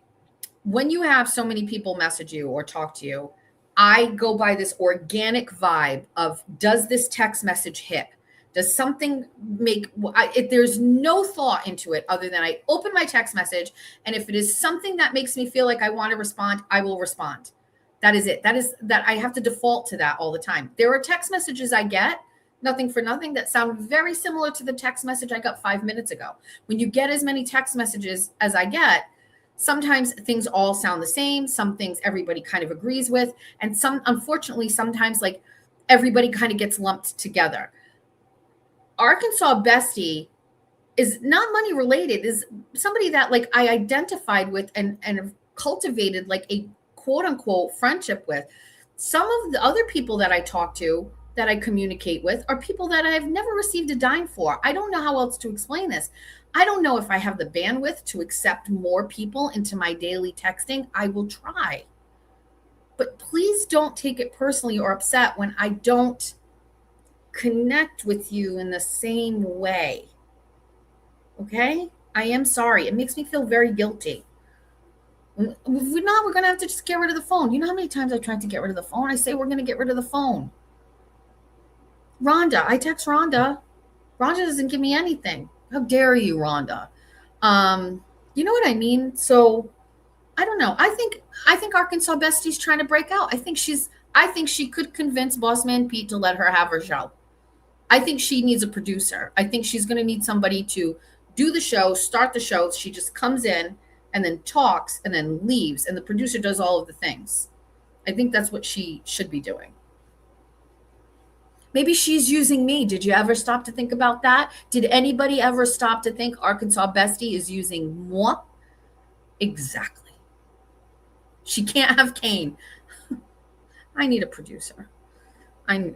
What is this?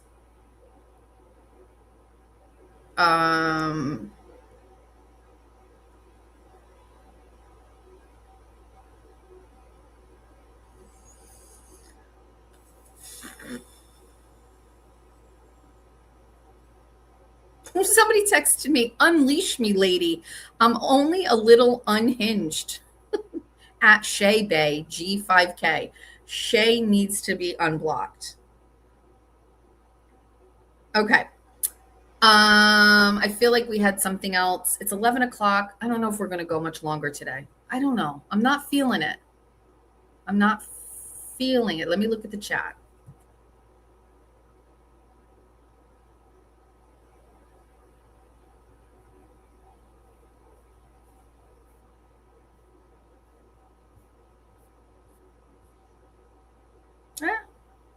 Are we bored?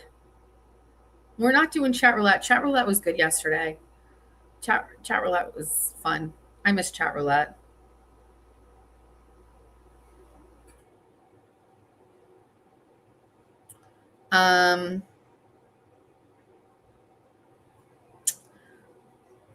Whose YouTube stream did you report on July 12th? Thought you said you don't report streams. I will address that. I reported Lauren's stream for misinformation. I'll be happy to even show it to you if you'd like. Let me send it to myself, and as I stated, I very much take offense to a fake screenshot being posted. I have a real problem with that because there's many people that just were like, "Yep, sure, that's it," and I have a real problem with it. So I don't normally report streams. I think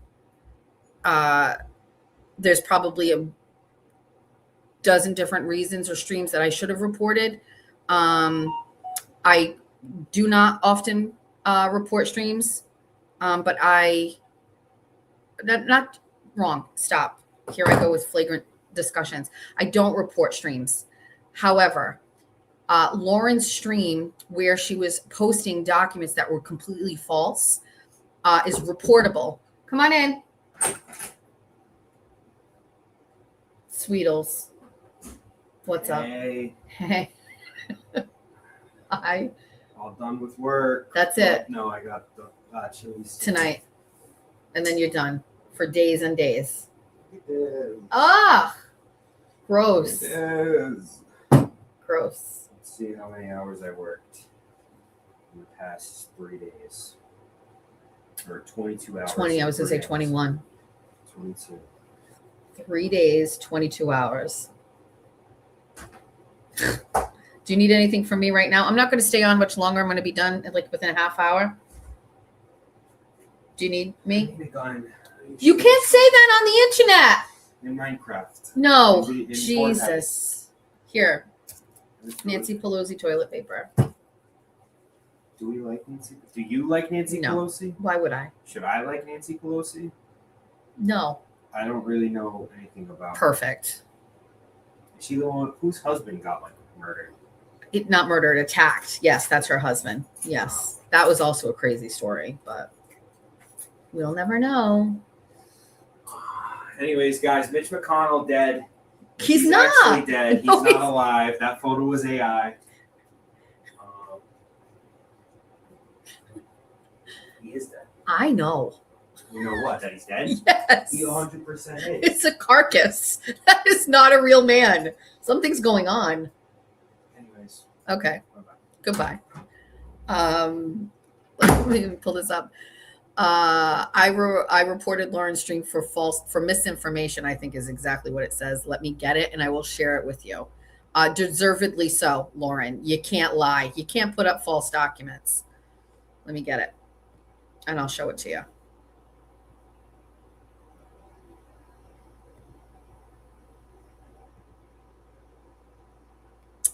All by myself.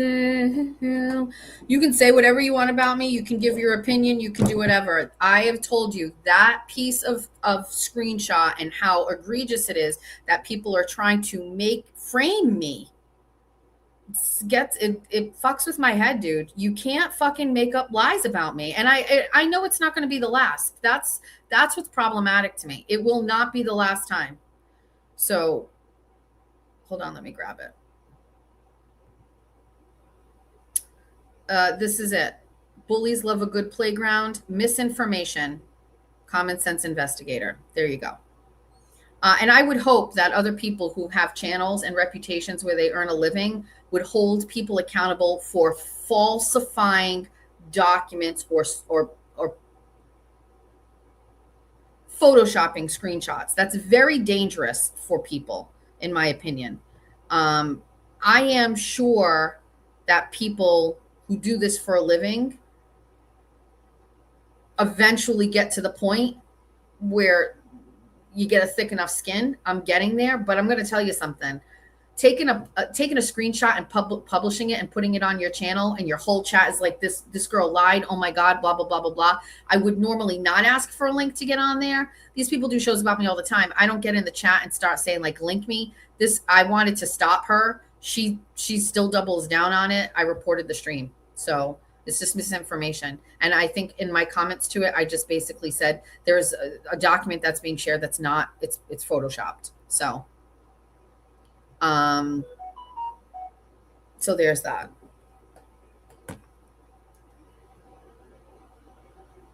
Not an attractive,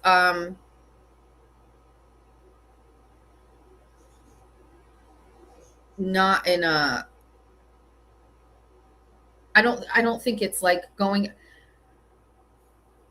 My blanket statement is don't report streams. I don't need people going to bat for me reporting streams. I can't tell you what to do, but I don't think that that's necessary. However, when somebody is posting something that is fucking straight up not true, and it is photoshopped and purporting it as fact, you're an investigator. You should have already done your due diligence, Lauren.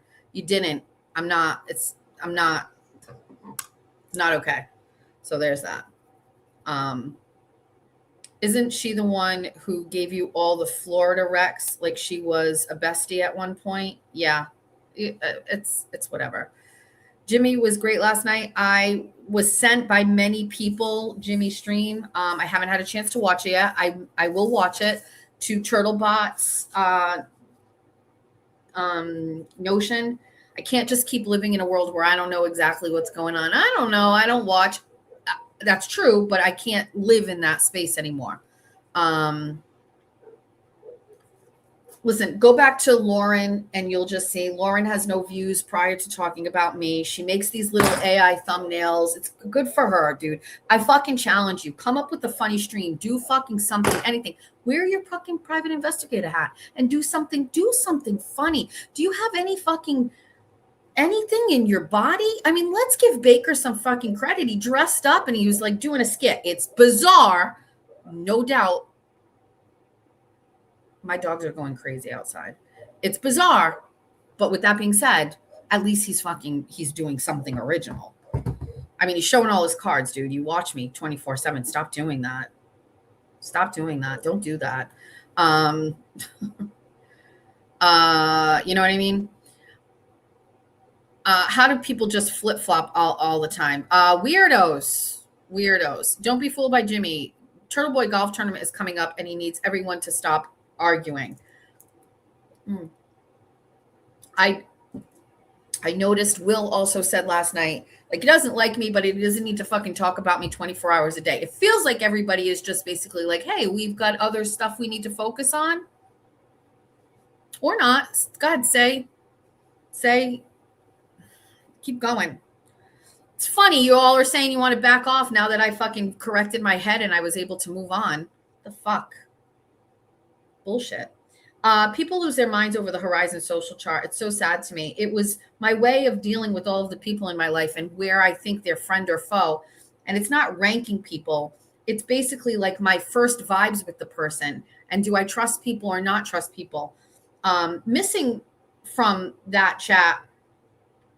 Well, not true, because we ended up adding like family and stuff like that. But the Horizon social chart only applies to like people out here in the internet or like not in my like real life.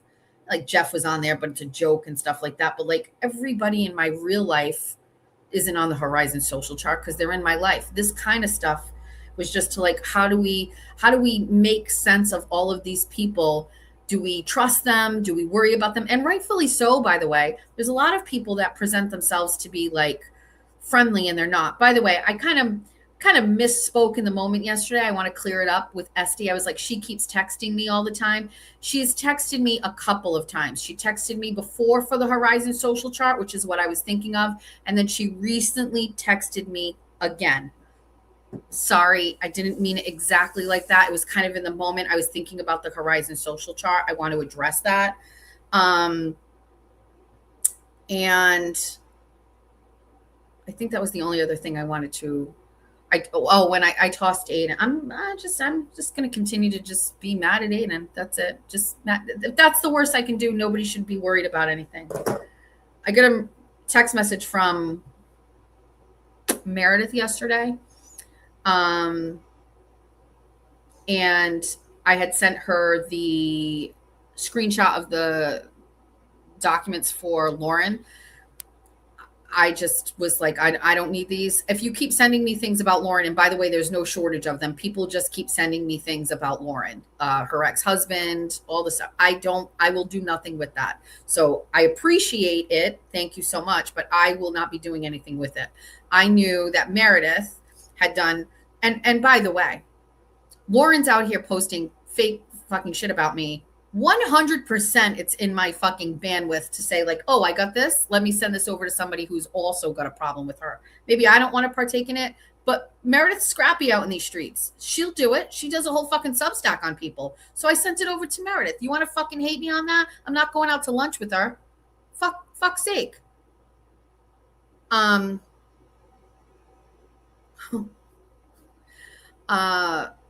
Meredith did respond to me yesterday.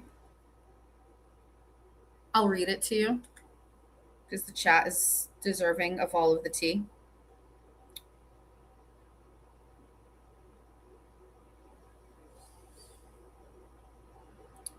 All by myself. So I sent the document that someone sent me of Lauren and the Florida Department of Agriculture. Did somebody go over this? I don't need to go over it, but it's basically like the charge, a probable cause or whatever. Anyway, and I sent it to her and I said, in case you need to update your Substack. She responded to me yesterday. She said, thanks, Jess. I appreciate you sending it, but this was kind of out there already. I did not know that. I wasn't sure. Honestly, I don't care about any of these people anymore. I'm not trying to go after anyone. I just want my life back. I'm trying to move out of Massachusetts. Is that true? She's trying to move out of Massachusetts and start over. But that's become a lot harder now that Aiden has had me charged with wiretapping. And now 3 people have reported my CPA license. So I'm dealing with that as well and having to hire another attorney. For the record, it was not me. If you genuinely feel bad about the things that were said about me over the past several months and want to help, I'm assuming she heard me say on one of my live streams that I felt bad for the piling on, so to speak. So I'm assuming that's what she's referencing. I'm not on X, so I don't know if there's any context to any of this. If you genuinely feel bad about the things that were said about me over the past several months and want to help, the most valuable thing that you could do would be to share any evidence you have that's actually relevant to my case. For example, if you have messages, recordings, or anything showing Aiden admitting to recording me or discussing the recording or anything else that would help establish what actually happened, that would be far more helpful than any information about other people. And for what it's worth, yes, I see that a lot of the same people who came after me for months are now coming after you. My only advice is to stop talking about them altogether. I know that may affect your views, but these people thrive on the attention and the conflict. If you truly want to move on and keep this from affecting your family and your future, the best thing you can do is disengage with them completely. In my experience, they are never satisfied. They will just keep escalating. I don't want to see anyone else go through what I did. They will not be happy until your life is totally ruined. Other than that, I'm just trying to move forward with my life. I do not, for the record, I haven't responded to her, but I will say it here. I have absolutely nothing that would fall under the umbrella of those things she said. So I do not have messages, recordings, or anything showing Aiden admitting to recording her or discussing the recording or anything else that would help establish what actually happened. That would be far more helpful than information. I have absolutely nothing like that. Unfortunately for you, Meredith, I can't help you. So I just don't possess anything. What does everybody think about that message from Meredith? I'm curious as to what the chat has to say. Wash your hands and eyes. She's contagious and dangerous.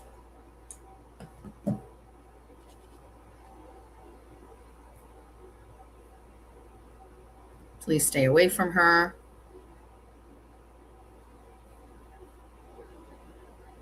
I actually think it was wrong for Aiden to pursue wiretap charges against her.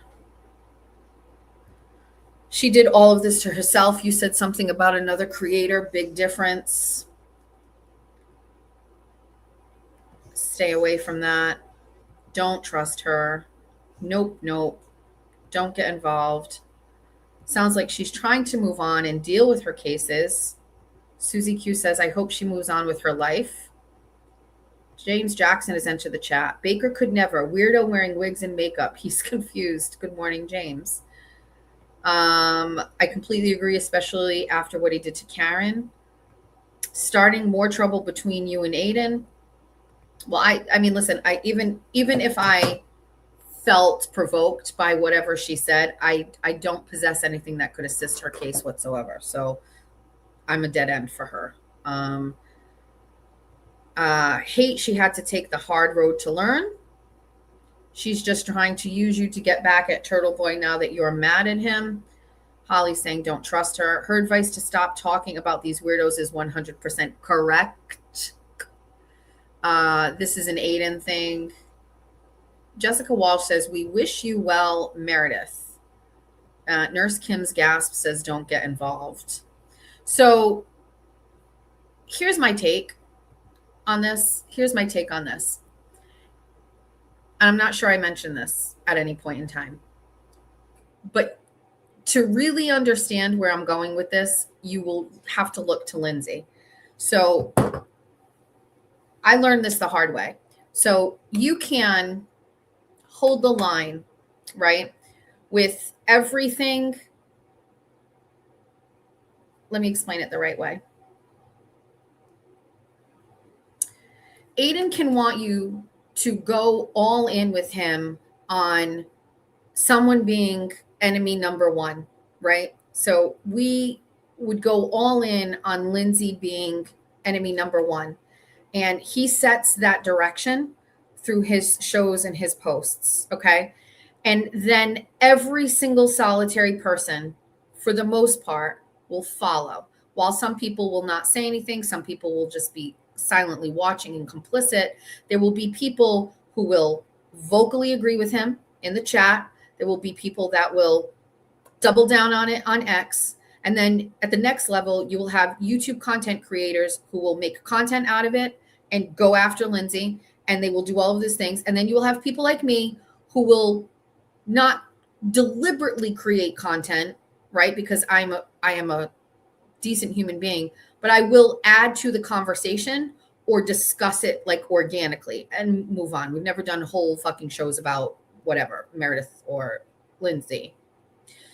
And then you will go all in on that and you will support. And then he will change his mind. And you are left standing out here holding a bag of bullshit actions, memorialized statements, live streams, comments, posts, and all this shit. And you're never considered, nor should you be, when he changes his mind. So at some point, everybody was forced to change their mind about Lindsay. Maybe not even change their mind, but to change how they were reacting to Lindsay. Maybe in your mind, you always felt bad for Lindsay, like me. I read all of Lindsay's documents from day one. I read all her court cases. And that is why I've always said, I want Lindsay Gattani to find a man that fucking worships the ground she walks on. Like, let her find a Jeff who literally tells her every day she's pretty, right? Because I saw this, but I pushed those things aside to support a friend or a fellow content creator or whatever. And I went all in on this. And you do it. And maybe you don't feel good about it, because if you're a good person, maybe it doesn't sit right with your soul 100% of the time. And then with no notice, and again, not like he owes you anything. He does not owe you anything. He will change his fucking mind. And then you are left out here now looking unauthentic, not real, like a bitch, backtracking. And then you are now talking about things. And if anybody even had a fucking notion, they could go back and be like, what the fuck? This is not what you said before. So how are we supposed to be taking people seriously? So now when it comes to Meredith, in my opinion, it's going to happen again. I believe at some point he is going to change his public opinion about Meredith again. I think that currently right now, Meredith is enemy number one. He has pursued these charges against her. And at some point, when his soul gets right, or when he recognizes that he doesn't need this any longer, or whether he has a fucking come to Jesus moment, he is going to change his mind, and everybody is going to be left holding the fucking hate bag about Meredith. And we're all going to turn around and be like, what the actual fuck, dude? Okay. Same thing happened with Grant. Grant enemy number one, going after Karen out in front of this courthouse. Grant this, Grant that, blah, blah, blah, blah. And now everybody has to turn around and change their fucking opinion about Grant, when you and I know that that guy was hell-bent on Aiden going to jail and whatever. Now we're in this current phase, right, where Meredith is. I'm just going to get ahead of the game. I'm going to get ahead of the game when it comes to Meredith, okay? No problem with Meredith anymore, right? Same way, because we are literally 5 months away from having to fucking backtrack on the Meredith shit anyway, okay? You know it and I know it, because at the end of the day, if we don't recognize that he is going to have that moment where he changes the narrative with these women, then the only other option that we have to believe is that Aiden himself is a fucking psychopath who dates psychopathic women. And I don't think that's true. I think that he dates women and these relationships go bad.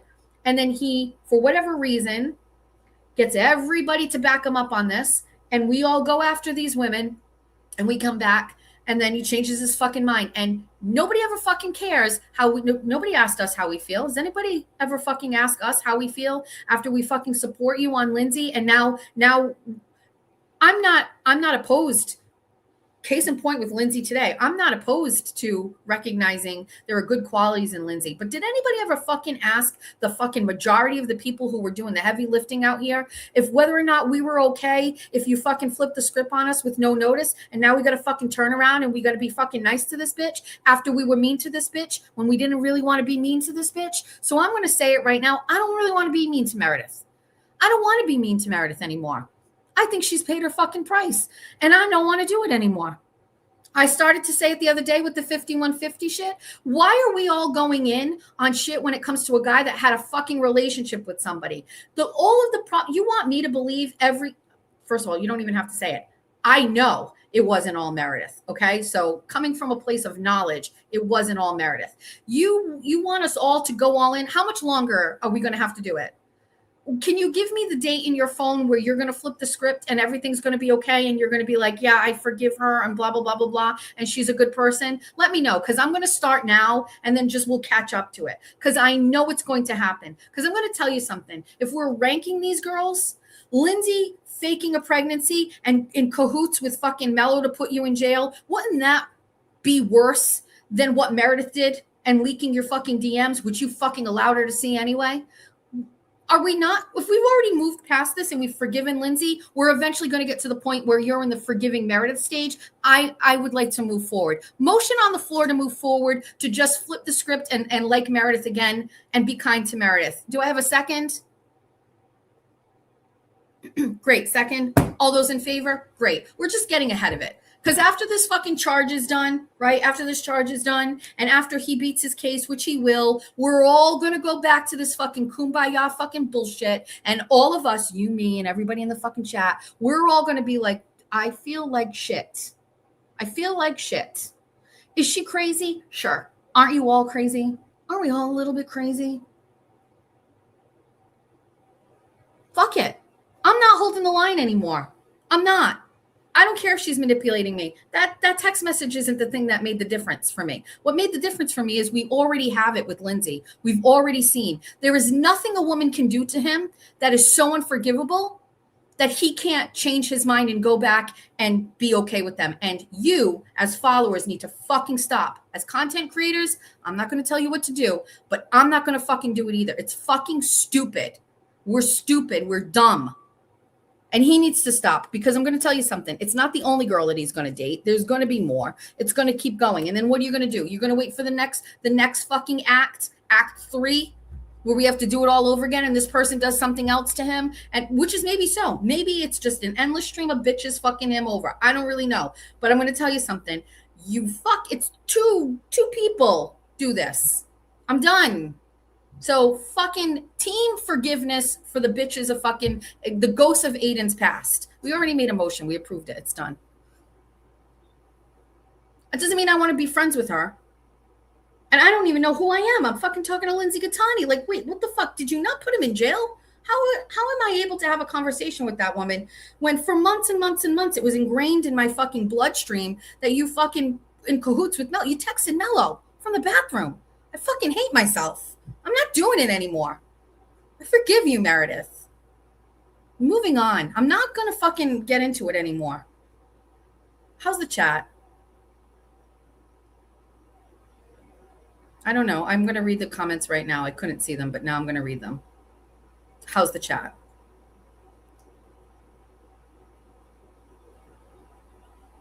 And for the record, I apologize for the fucking comments I made about Karen that were like really adding to a shift. There was already a shift, but I apologize for that. I still stand by it. I still say you should give him an interview, and I still say that is what changed everything. But that was at the height of like the anti-Karen shit, and I'm not. Chat is good. We didn't like Meredith because of Aiden. Well, she's done some shit too, but there's other stuff there that there's other things. Time to get off the ride. So there is like this.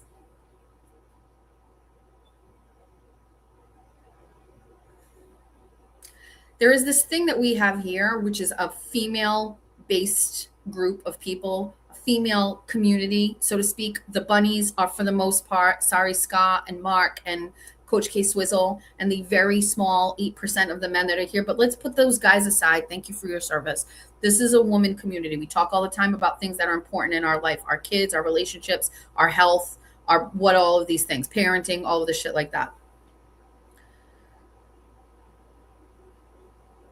I don't need to be team Aiden when it comes to these women. I need to be team women, right? And I'm not going to sit here and I'm not going to flip the script on this whole thing, but I can be better, and we have to try to be better. Now, easy for me to say when I just shit all over Lauren Vellucci, but she's being mean to me, and I didn't deserve that. So I don't know. That's where you know what I mean? That's where I'm at. And by the way, like the day after like the stream that he did with Will or whatever, and I was out and I texted him and I was like, Meredith is making a case for it or whatever, and he fucking lost his mind on me, like completely lost his mind. She was really making a case. She was making a case, not necessarily that it sounded like I should side with her, but she was making a case that I have been wrongfully participating in some fucked up bullshit. I'm going to tell you something. It's the lack of creativity out here that breeds this fucking shit, okay? I am so fucking tired of Aiden shows where it's the same fucking shit over and over again. Dude, we get it. Pause it all and give us some ratchet fucking shit, and then we'll get back to business when it's time. These people like Lauren who have no fucking content, they don't know what to do with themselves. Rat House, all you guys do is fucking make a channel based on other people fucking talking. Do your own show. Do your own shit. People fucking do their own shit. Megan Fox, this is why I think she's a little bit different. And even Jolene, go back to your Big Brother shit. Let me get back to Bunny After Dark and doing stuff. There's enough of fucking shit to talk about out here or whatever. So I'm just feeling a certain way about it. Oh, Baker doesn't get a pass. He's a loser. I'm tired of this guy. He's a fucking weirdo. Anything else? And are we good? Please don't forget how Meredith never spoke to you from the beginning at court. Listen, I hear you. Nobody's perfect. I'm not a perfect parent. Most of the time I am. I'm not a perfect person. I fuck up. I make mistakes. I ask everybody to hear what I say when I make mistakes, and I ask for people to forgive me for them. I think because I talk about it, that should give me some sort of blanket, not necessarily. I'm not in a relationship with Aiden, so I don't know what it's like. I can't speak for Lindsay. I can't speak for Meredith. I'm sure it's a range of emotions. You go up and down. Some days you feel like it's okay. Some days you feel like it's not okay. It's how I feel after he fucked me over. Sometimes I feel like I want to support him. Sometimes I feel like, fuck you, dude. You know what I mean? I don't really know. Why are you saying this? Why? I don't understand. Why are you trying to tell me to get off of here? Why do mods feel like the need to try to tell me what to do, Jill? Honestly, what the fuck? Nothing for nothing, but it's the third time. Stop doing that. I'll get off when I'm fucking ready to get off. Jesus Christ. I'm so sorry, but and that's probably going to get fuck on me, but what the fuck? I can talk as long as I want to talk.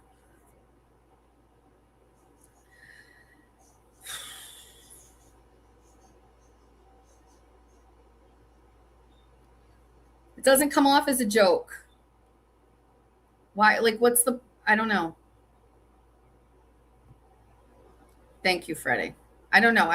There's another thing in there too. I don't know. All right. Hi, Freddie Lynn. So anyway, that's my take on things. I don't know how well that's going to be perceived.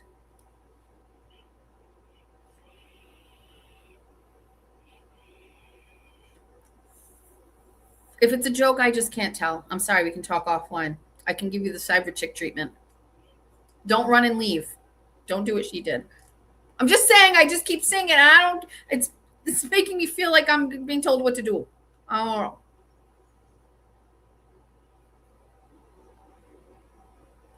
Okay. Is everything else good? I just realized my phone was beeping and I didn't see it.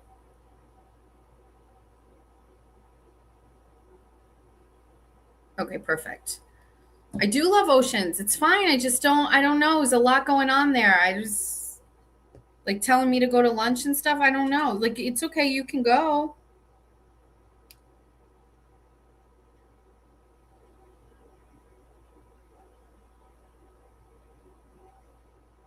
You sound reasonable and well explained. The other side won't understand.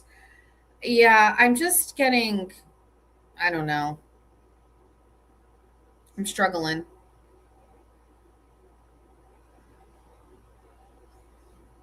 Any guests lined up for Bunny After Dark tomorrow? Yes.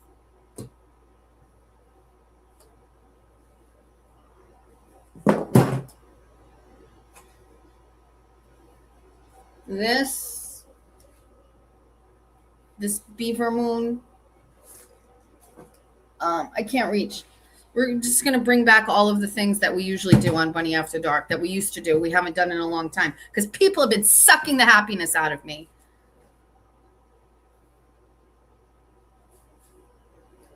Now, I will apologize to Meredith, but we will never, ever, ever, ever, ever, ever apologize to Jim Altman. Never. Never. Okay. We be done? Let me look at the chat one more time and then we're going to go. Arkansas Bestie was able to finally prove to everybody that she's my absolute fucking favorite with a $50 donation that says, love you bunnies. Oh, and you too, because, and you do because I'm awesome. Correct. Correct. Let's go back to the chat. Open it up. Anything else I need to address before we end? I hate when I go off the cuff like that. That's all going to get clipped. People are going to be mad. People are going to be mad. Everybody good? Okay, perfect. All right, let's this is what weighs us down in life. Holding on to negative shit. Fuck it, I'll do it live. Do you know Jim came after me yesterday on X? She loves me. Oh God. I don't know. I have no idea. Let's take one last call. Want to do it that way? Hi, caller. Thanks for holding. You're live. Hi, Joy. Hi, Jess. How are you? Good. How are you? Good, honey. I want to ask you something. Okay. Did you just speak your truth? I don't In know. your heart, did you just speak your truth? I don't know if it was that prolific. I was just feeling kind of a certain way about something. So if that's your feeling, that is your feeling. No matter what other people say, but screw them. It is your feeling. It is in what's in your mind and what's in your heart. Never mind anybody else. I might change my mind, but that's how I was feeling today. Okay, so then just go with it for today. Okay. Just know that what you did today and what you said today is how you felt at that moment in time. Okay. And if it felt good for you, it's amazing. Oh, you approve. I didn't know where this was going. Oh, no. Oh, okay. I approve, honey. Okay. I totally 100% approve. I wasn't sure. I didn't know where this was going. I got scared. No, don't be scared. I am just saying those are your feelings, honey. It doesn't matter anyone else's feelings. It matters is what you feel and what you feel in your heart and how it makes you feel, and most importantly, in your soul. I feel like I have a little bit of a responsibility. I have a platform and people listen, so I need to be a little responsible what I'm saying. I don't know. I just don't. Do you agree? I feel a little bad. Yes. Okay. I 100% agree. And he's going to change his mind. He's going to change his mind about Meredith. It is coming. It will change eventually. And just the way he did with Lindsay. And then we were all sitting there like assholes. So why not just get ahead of it and be like, you know what? We're going to be in that place now and we'll deal with it later. You know what? It's because you're not a follower. You're a leader. Everyone else is followers. And when you're a follower, you tend to go after what? Someone in front of you that you admire and you're fond of, you're going to follow what they say. But you're not that person. Right. You're a leader. And I'm not like sugarcoating, and I'm not trying to like make your head bigger than right. what it is already, honey. But I'm just saying, you're a leader. You're not a follower. You set the tread. Right. So if there's your followers out there that kind of like, hey, wait a minute, you just kind of made them stop and think. I was just going to say awesome that thing. it would be a minimum. They don't have to agree, but if it's making people maybe even like unlock how they're feeling about it inside and saying, you know what, like maybe I also feel that way. If I said something and all of that made sense to someone listening, then maybe that's okay. I don't want to influence anybody, but maybe people feel it and are like, I don't know, looking for like an unsaid permission to feel that way. Right. Just stop and think. That's yeah. all it is. Yes. And if you still are sitting with the same feeling after you've stopped and thought about it, then okay, that's your feeling. Right. But okay. I do want to say something else to you. Yes. Can you tell me what is your earliest memory you have? What is your earliest memory? I remember I couldn't have been, according to my mother, I couldn't have been more than 2.5. At my grandparents' house, they had like a pool, like a little kid pool in the backyard, and they were having a cookout. And somebody, I don't know who, taught me how to swim underwater. I was like 2.5, and I physically remember being under the water. You know those small little pools, they're only like 1.5 foot high. I remember pulling the what do you call it, like the seam in the bottom of the pool to swim around it under the water while I was holding my breath. I remember feeling it, and I remember the pool and the day it was happening. My mother said I was like 2.5. So you're a free bird. What's that mean? That means that you feel light, you feel like you're free, you can accomplish anything. Huh. So that is your interesting. So based on what I would have said, you have an answer for what like I would be? Kind of. Huh. Yeah.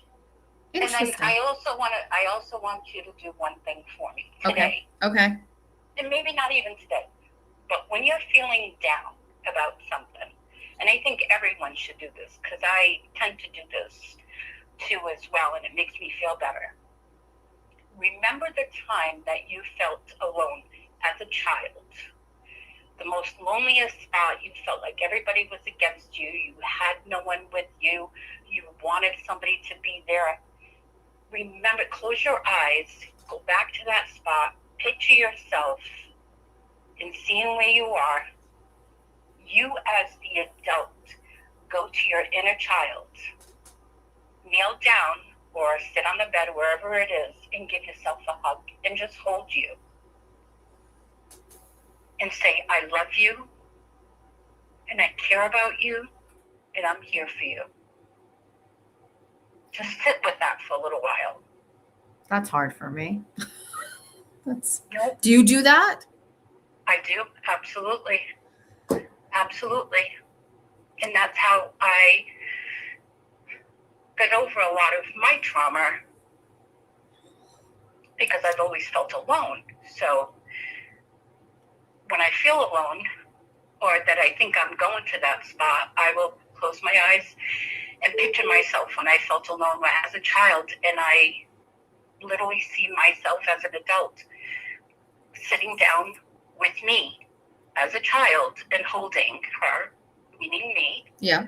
I'm just telling her I love her and everything's going to be okay, and that she is worthy of being loved and cared about, and that she's special.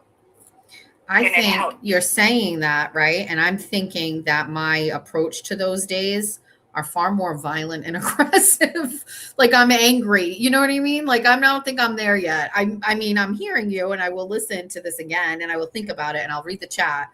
But I think when I think about, like you're saying that me when I was alone, I'm obviously thinking of like moments where I was like being yelled at or abused or whatever. And I was like feeling like this is a very unfair life that I'm in right now. I think my like default emotion is like, I got fucking through that. Fuck that. You know what I mean? So maybe I'm not quite as peaceful as I need to be, but it's been more of a violent like acceptance of how things but were. You have to, do you remember any time that you were in your bedroom or outside or wherever, and you were just sitting there quietly and you're just crying and saying, why is this happening to me? This is not, I will be very honest with you, not a very healthy space for me to get into right now. I will be very honest with you. I will literally, yes. The minute you say that, yes, I 100 think about all of the times where I was like screaming in my head and crying and going, I don't want this. This isn't fair. I'm just a kid. I want a better life. I don't want to be here anymore. Somebody come and rescue me. Somebody's going to know what's going on here. Yes, I think about all of those things. And I would just basically tell myself it's not going to last. One day I'm going to be 18 and I'm going to be able to get away. Yep. So think of yourself at those times and approach your inner child at that time. Okay. All right. Noted. You're doing good. You're I don't want to say on your way, because you're there. Oh, we got a lot more work to do. But thank you. This is the chat is loving everything you're saying. Awesome. Everyone have a good day. You too. You too. Bye. Thank you. Bye. I'm being like this close to like just crying. We can't talk about it. No thanks. No thank you. Not approachables. Nope. I'm peeling this up, just very distracted. Not going there. Everybody good? Funeral lady, good. We're good. We cannot talk about inner child because then that brings us to childhood, and then we can't. It's not a healthy space for us. We're not going to cry today. I don't think I want to do that. I am good. Yes. All right. Now, Jill, now you can say it's time to move on. Is anybody having a show tonight that I can listen to? I have to go back and listen to Jimmy's. I've been told I got to listen to Jimmy's. So give me that. Eat a Post-it. We'll save it for the beaver moon ceremony. Anybody have a show tonight? Today? Somebody give me the schedule. What's the schedule? Kane is making me work tonight at 9. Kane is a fucking riot, dude. Kane is a riot. I love when he reacts to stuff. It's so funny. You got the best version of him. I don't agree with forgiving Meredith. Unlike Lindsay, she hurt a lot of innocent people because they were Aiden supporters. Lindsay hurt Aiden. But hurt how? Said words on the internet? What? Showed your police reports? She fucking posted my repo. It's my fucking repo video. What are we going to do? Are we going to say like she's trying to stop people from talking about, I'm going to be honest with you, man. I'm not going all in on somebody Aiden had a relationship with that just went bad anymore. I'm not doing it. It's none of my fucking business anymore. Doesn't mean I want to be friends with these people, but what the fuck? Why? What's the point? What are you going to do? What are you going to do when he fucking flips the script on you and he tells you all that he fucking is okay with her again when it's all said and done? Get the fuck out of here. You're going to go all in on this shit? Absolutely not. Do it on your own, dude. Okay. We're good? Great. I am going to go have lunch, talk to Sweetles.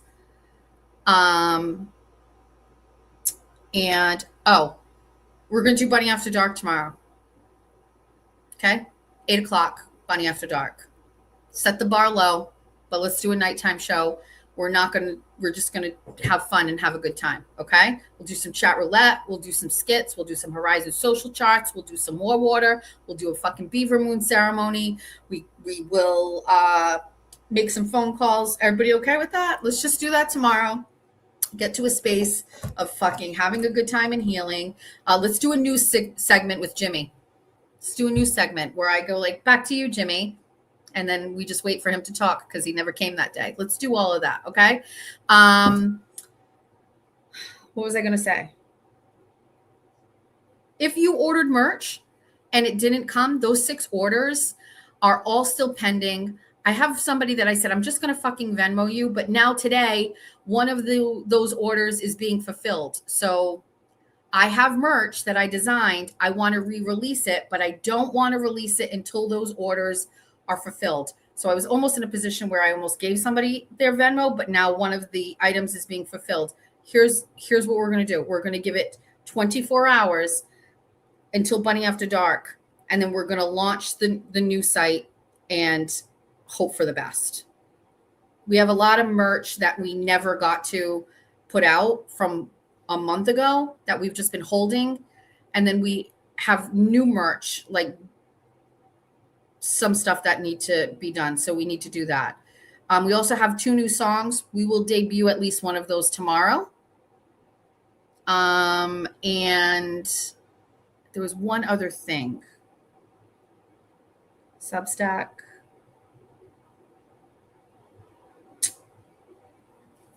Did I text it to myself?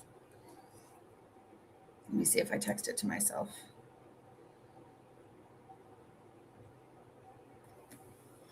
I did not. Hopefully I'll think about it by tomorrow. Okay? How will we know who's getting theirs? I'm going to, some people I already initiated a refund for. I can't show it because it's going to show your names and stuff like that.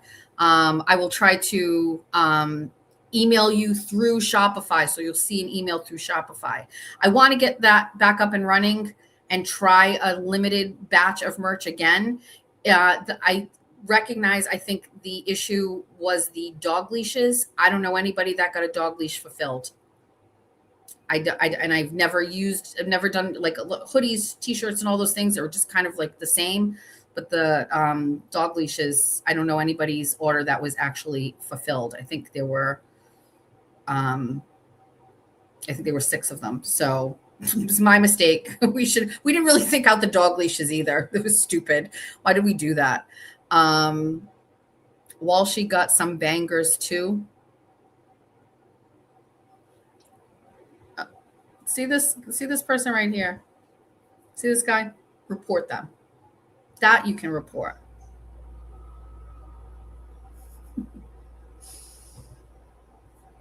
How aggressive. Ew, Baker supporters are weird. Obviously. Let's give, all right, anybody good?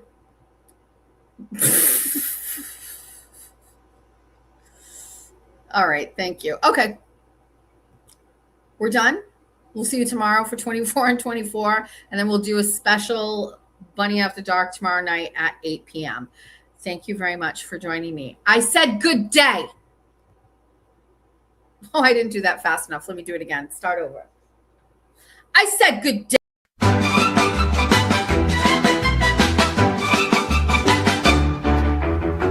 Who can send a text message full of hot demands? Pretend he's so strong with the words he sends. The doughboy can. The doughboy can.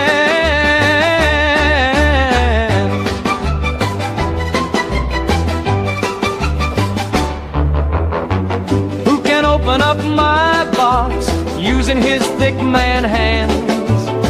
Thank me for all my gifts in front of all of his friends. The doughboy can. The doughboy can.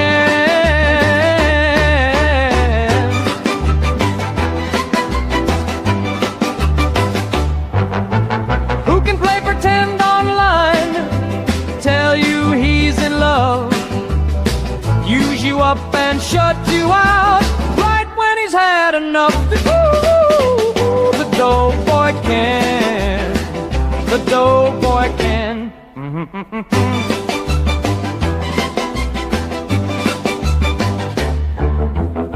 Apologize to him because that's just what he needs. Bow at his feet and beg, no fleshlights please. Who can tell a lie and then a couple more? Paddle his way into your heart. You're just a crazy whore. The doughboy can. It's the doughboy